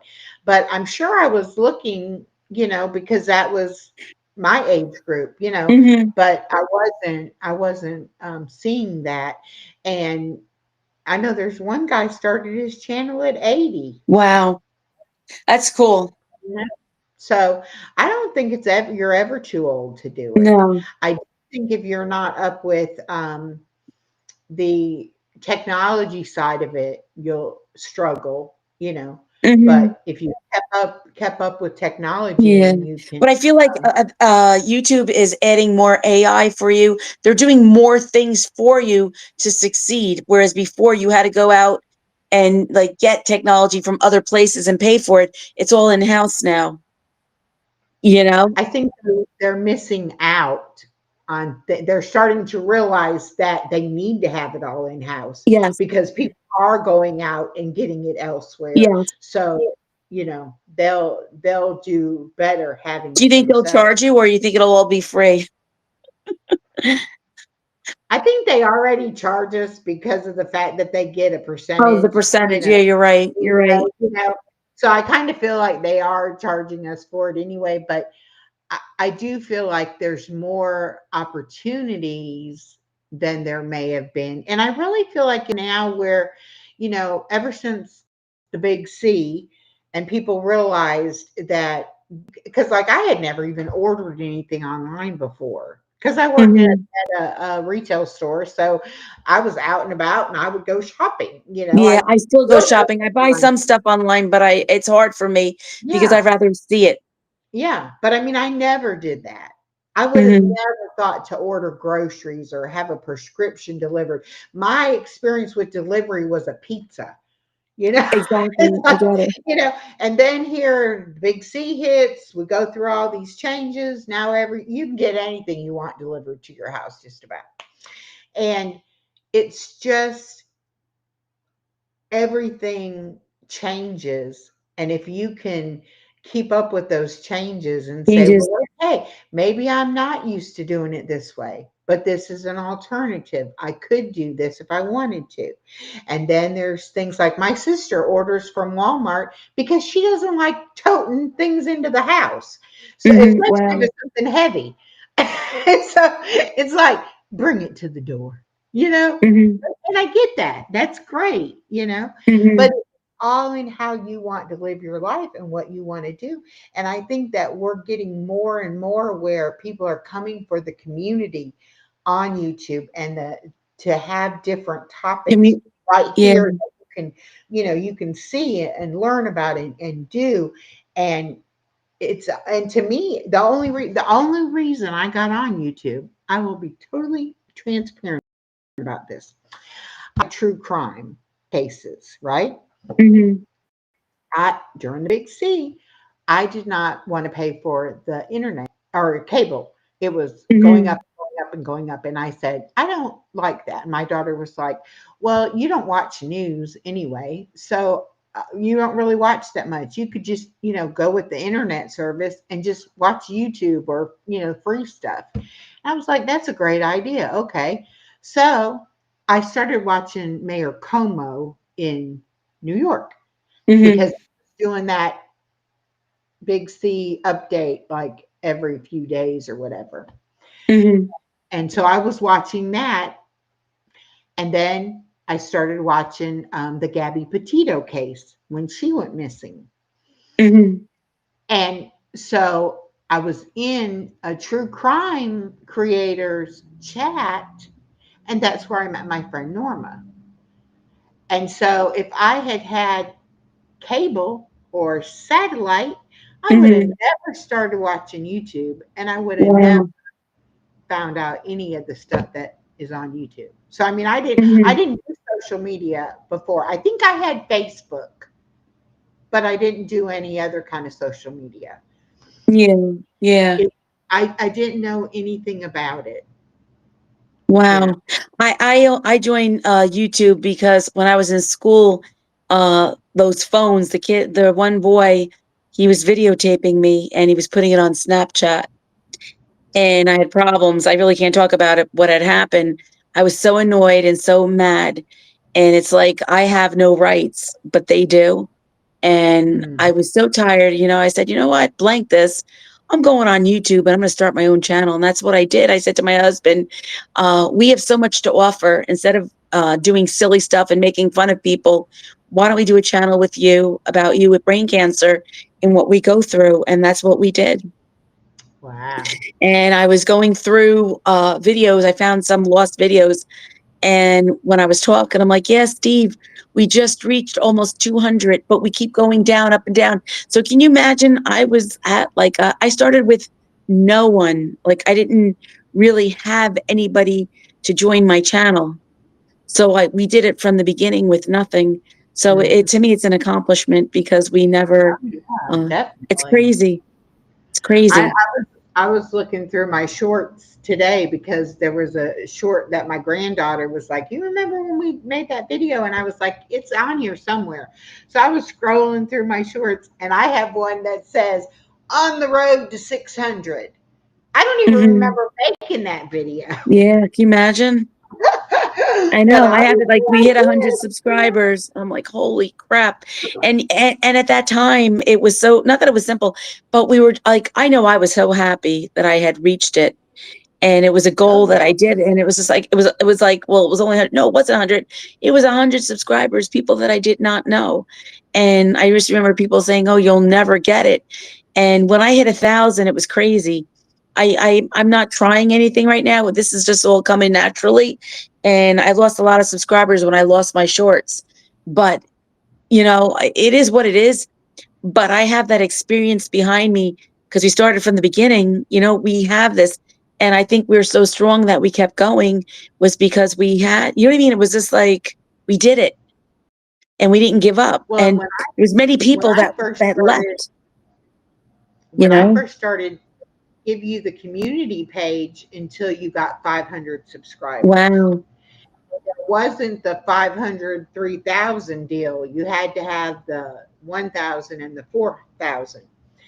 And I can remember getting that community page and being so Excited. excited. Imagine. And then the next thing I know, these people with, 50 or 100 subscribers are getting a community page. And I'm like, wait a minute, wait a minute. I had to work till I got 500 together. And Mhm. then they changed. And then they changed and brought the 500 3,000. And I was like, well, at least they gave us something else, Yeah. to try to get to that step till you get to the next step. But yeah, I was like, that's not fair, Mhm. It But must have been so how backwards back then. Like I don't think that they really understood what was going on. You know what I mean? Like they probably had a view of it or knew what they wanted of it. But I wonder if YouTube really thought the way it was going to go. You know what I mean? Like they had goals, but did they really understand what they were doing at that point? You know what I mean? It was more, Well, everything grows and yeah, I should have had changes, stock in it. and I'm sure there's been a lot of people, like, okay, you should do it this way or you should do it that way or whatever. But they have to be. There's so many other platforms, and I Hmm. didn't realize that there are so many other platforms that a lot of people that get in trouble on YouTube will go to these other platforms, Yeah, and so the other platforms offer different things to get people there. And then so YouTube has to, like, oh, well, we got to do this because we don't want our people to leaving and leave in. going over Now, do you to have other. a TikTok Uh, account? I have a TikTok account, but I I have. I think don't I use have it. 2 videos on there, and I only did that because my friend Mary at Blessed to Crochet, Hmm. hers on TikTok, and she was like, "Come support me on TikTok," and so I created the page so that I could do that. But Yeah. I think I put 2 videos up there and then didn't do anything Yeah, after that, I started to, and But then I stopped, and then I was on Facebook, but I was really working on Facebook, and I couldn't get any people to subscribe. It seemed like too much work, and it was like, well, they wanted you to buy advertisement. I'm not buying nothing from anybody. You know what I mean? If I can't get it, then I have several Facebook pages for each of my channel. I have a does it page, work? but I use it to share, like, my upcoming live.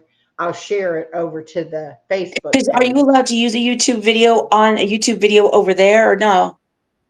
Well, what it does is you post it over there. You can post it as a reel and it would play from Facebook. But if you, like, share your YouTube video over there, when they click on it, it'll take them to YouTube Yeah. to watch it. Well, that's because I was And then if doing they it for a want while, and then I just felt it was so hard. I was like, I've been there, I think, since maybe July or something. I haven't been back, but I just felt that I couldn't get the subs. Like I wasn't getting it because you had to talk to other people. Like you had to use like different people, or you know what I mean? Like you had to go to chats or whatever to get people. And it was just like, there's so much that I do on YouTube that I find I don't have a lot of time to spend doing exactly. on other things. I mean, I have all the intention to do things, even like my Nightbot. Hmm. I need to go in there and update my Nightbot, and I can't seem to find time to do that. Yeah. Can you I make a need to video go on in my Nightbop and how to do store. it? Because I can't figure out the commands and it's so hard. If you could do a video, that would be great. I know a couple of the commands, but that's like one of those trade secret things. Even the YouTube gurus that do the videos on there, they just will say, use the command. Well, okay, tell me how to write the command. Exactly. Exactly. Yes. And that's the part that you can't. The only way that I've got anything on my Nightbot is I'll go into chat and somebody will have something different, and I'll be like, how do you make it do that? And I was lucky that a couple people would email me the link to that command. And Hmm. then so now I can use that command. Wow. But I don't know how to actually write the command. I have a couple people that come in my channel that know more about it than I do, Hmm. and I'm gonna do like a private live with Yeah. them where they show me and I can try to figure it out. Yeah. But there, I haven't had time to do that. I have 2 different stores with merchandise, but I need to go in there and update and work on those, and I haven't had time to do that. So it's like there's so much you can do, Hmm. and yet finding the time, Yeah. Yeah. to, Because I then also, I are got you an about, Amazon affiliate? Because I am an Amazon affiliate, but I have no no, time. no, I'm not. I'm not an affiliate with anybody Uh-huh. or anything. And if they I hit the just have, sign, I had my hat. It was a hat. It was on sale. It was on 6.99. It was a really nice hat actually. I bought 3 of them. But I have friends, they had sent stuff out or people had bought it. So I was able to get the affiliate, but I don't have time. Um I truly don't. I just can't keep, it's like another thing I would like to branch off. I wish I had a secretary. I wish I had somebody that I could pay to do that, but I don't make enough money to have somebody paid.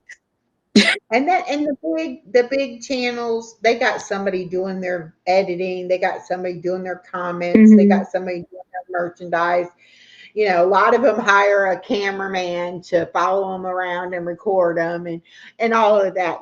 So I mean, when you get big, you can do all those kind of things. But and then too, when you can retire from your job, then you'll have more time. And that's what I thought when my granddaughter started pre-K. Uh-huh. I was like, I'm gonna have all this free time because I was so used to watching her Uh-huh. all day long. Well, my daughter's a school teacher and my granddaughter's at her school, but there are so many days she has to stay after school for meetings and for trainings and what have you, that I'm already picking her up 2 days a week. And then, like a couple weeks out of the month, there's like 2 other days that week I have to pick her up. Hmm. So before you know it, I have to leave here at 1:30 to be there to get her. And so I have from whenever I wake up in the morning until 1:30, and then I go get her, and then I have her in the afternoon until whenever, my daughter gets her. And then I may have time in the evening to do something, but even though I don't have her all day long, it just still seems like you don't have as much It's time as you time. think you have, you know. And then too, I don't like do anything fast. I it's like, oh no, It's, I yeah. don't like that color. Let me let me do something else, or whatever. And then I'll go in Suno and write a song, and it gives you two versions when you write the song, and then you can regenerate, get two more versions, Wow. and and I mean, I might do it 12 times Yeah. before I'm like, okay, this is the one I'm keeping, you Yeah. know. See, I would like to do the song. I don't know how to do it. I have to figure it out. It takes me months thinking about it. But then it's like more than I have to do. It's just like, I don't, it's overwhelming sometimes. Like I'm really trying to I'll keep be together. honest. I started the Suno for two reasons. One, because I was not doing anything really creative, and it Hmm. was a way to let me be creative. And two, I got tired of getting copyright on Exactly. And I music get that on that was 50 and I supposed pay to be for it. okay, that wasn't. Yes. And I said, well, doggone it, even if I just do instrumental music, just so that I don't have to have dead space, um, at least I know it's not going to get copywritten because I made it. Hmm. And so I started doing it like that because, I was tired of that. That, Yeah. Well, that's even what it is. though I it would played say it flicky. was okay, It drives me crazy. Drives me crazy. and And once you're monetized, they will say it's not a copyright strike, it's a copyright warning. Your video is limited in area, you mhm. won't get paid for it, blah, blah, blah, blah, blah, blah, blah. And it's like I just got tired of working and getting the right song and getting, Yeah. and then it can't be paid for, and I'm like, but come on. Now, I'm when you do spending your so much video, do you own it? Do you own your video or like do they who owns it? on the Suno. Hmm. If you have the paid version, you own it. Oh, okay. But it's $10 a month, and you Yeah. get like 2,500 credits, and it takes 2 credits Wow. per song. So that's like 1,200 songs you could write a month. Yeah. I Yeah. never, I never use all my credits, but I started out with the free version, and immediately found out that wasn't going to work for me because I'm too picky and had to keep redoing it. And So then then, they upgraded the program and added all this editing now that you can do. mhm. And then I was like, no, yeah, I got to pay for it. My friend that told me about it, I was like, okay, yeah, because I don't know if I really want to use it, so I'm not going to get the paid version. And it was like 2 days later, I'm calling him saying, yeah, I done signed up for the $10 a month because I already used my credits. Yeah. But My goodness. when you do it though, if it was under the free and you went to pay, you paid for it. The ones that you did for free, did that get covered then or no? Yeah. Oh, Yeah. that's good. Because I'm thinking about it more and more. I just have to just get my ducks in a row. I've told several people about it and they've started using it. Um, I do a show one can get on and share our music, The videos, and I saw that. share, Yeah. ideas and, what different people are doing. I've got a couple friends that write poetry and use that for their lyrics. Star, she does a lot of Bible verses and turns those into Hmm. songs. I got another friend who uses like old poems, like Shakespeare poems, and puts them to music. So, I mean, there's a Yeah. lot you can do with it. And it's really fun. It's really fun. Creative. And I get You made a song. people all the time because I usually play this original song I wrote, You or make a song people for your ask me, granddaughter too. yeah, I made it for her birthday. I think I wrote two, but yeah, I mean, Hmm. and you can, I think and that's cool. my friend Dana, she just started doing it and she's having a collaboration, and she was like, yeah, I need to make the video and I got to say all this stuff for the collaboration. And I was like, write a song for it, then every time you want to do a video, just put that song on it and it's got all the information. She was like, oh, Information. good idea. That's what she did. I was like, hey, she Uh-huh. actually did it. Wow. There's a lot you can Hmm. do. There really is. But there's not enough Hmm. hours in a day. No, there's not. There's not. And then I think I'm doing good. Then I'm like, I got to do this. I can't go to bed until I do that. And I keep saying I'm going to, you know what I mean? And I don't go to bed because there's just so much that's just popping up, in my head. I tried to take a nap the other day and I couldn't fall. I wasn't falling asleep, but it was like Hmm. my mind kept like, oh, do this, and I was like, all right, I'll get up and write it down. Hmm. It's like 'cause my mind would not shut up long Hmm. enough for me to try to take a nap. And then once I got up, I was like, that's it, I'm up now. Uh-huh. Oh my gosh. Do you know we've been on for 4 hours? I know. Oh It's my God. so easy to talk when you have somebody to talk to, Yeah, you know? absolutely. Just Absolutely. just get talking but we probably need to go because it is midnight. It's But midnight we and I, actually have 9 people have been hanging out. So wow, that's pretty cool. that's It's funny wonderful. Yeah. because my neighbors upstairs, I have an apartment and I can hear them and they probably hear me and they're probably mad. Oh, well. My upstairs neighbor moved. Oh, upstairs? He was so noisy. It sounded like he was moving furniture all the Oh, time. that's what it is. 'Cause And then you're gonna complain that I'm talking. yeah. And I'm like, That's what it is. it does carry though. I mean, like we can hear them a lot better than they can hear us. Uh-huh. Yeah, no, but I'm like, they were hammering and stuff, and I had gotten all my ceilings all painted when I first moved in. And when the other person moved out, they were doing stuff, they were doing the floors. I had all cracks on my nice ceilings that I had just fixed. So I'm just like, I mean, Um, it was such a waste. So, yeah. it's hard, especially when I mean, I'm used to it because I lived in an apartment since 2017, but we was at a house and it was hard. The other place that we lived at, there was a woman, she would be yelling at me all the time because I was on top of her and I wasn't used to it. And I guess my voice or the way I walked, so I would be tiptoeing, paying almost $2,000 a month for some crappy apartment to tiptoe around my apartment and whisper. Mm, nope, nope, nope.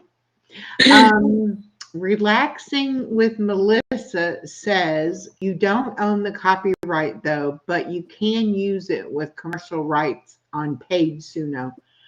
Well, I'm not going to argue with you. I don't know what you know about it. Just going on what I understand about it. So Mhm. that's okay. We can have a difference of opinion. Mhm. Yeah, but you know what? I'm gonna get going. But I really enjoyed. I can hear him upstairs. It's like I can hear him like tapping. Go to It's bed. time. So now I'm like whispering because I'm afraid. You know, especially on that Sunday when I want to sleep, he'll be sitting there banging like 7 o'clock in the morning. But it stinks because I work I get up around 5:30. And when I first started, when he moved in, he's like, you get up early, don't you? I said, well, I gotta go to work. So I don't think he was happy. But when you live in an apartment, you got to deal with other Yeah. people's But I was schedules there first, so. and all of that. And I'm because I have a little dog, and she barks. Mhm. She hears something, she'll bark. And I lived in a different apartment, and they were all the time complaining about my dog barking. And I'm like, she's Aw. a dog. She's gonna Mhm. bark. So when I moved here, I was like, I'm not. And I even got one of those shop collars and put on, Uh-huh. trying to get her not to bark because they were complaining so much. And I said, no, I'm not doing that. They don't like it. No. I'm sorry. I'm allowed to have her, and she's a dog, and she's going to bark. Mhm. Nobody ever has said anything here, though, about it. But she does, but she drives me crazy with her barking sometimes. Yeah. So I know Aw. they get annoyed. But anyway, thank you so much for doing this. Thank you so much. Thoroughly Melissa enjoyed said, it. laughing out loud, all good. We're all good. We're always all good.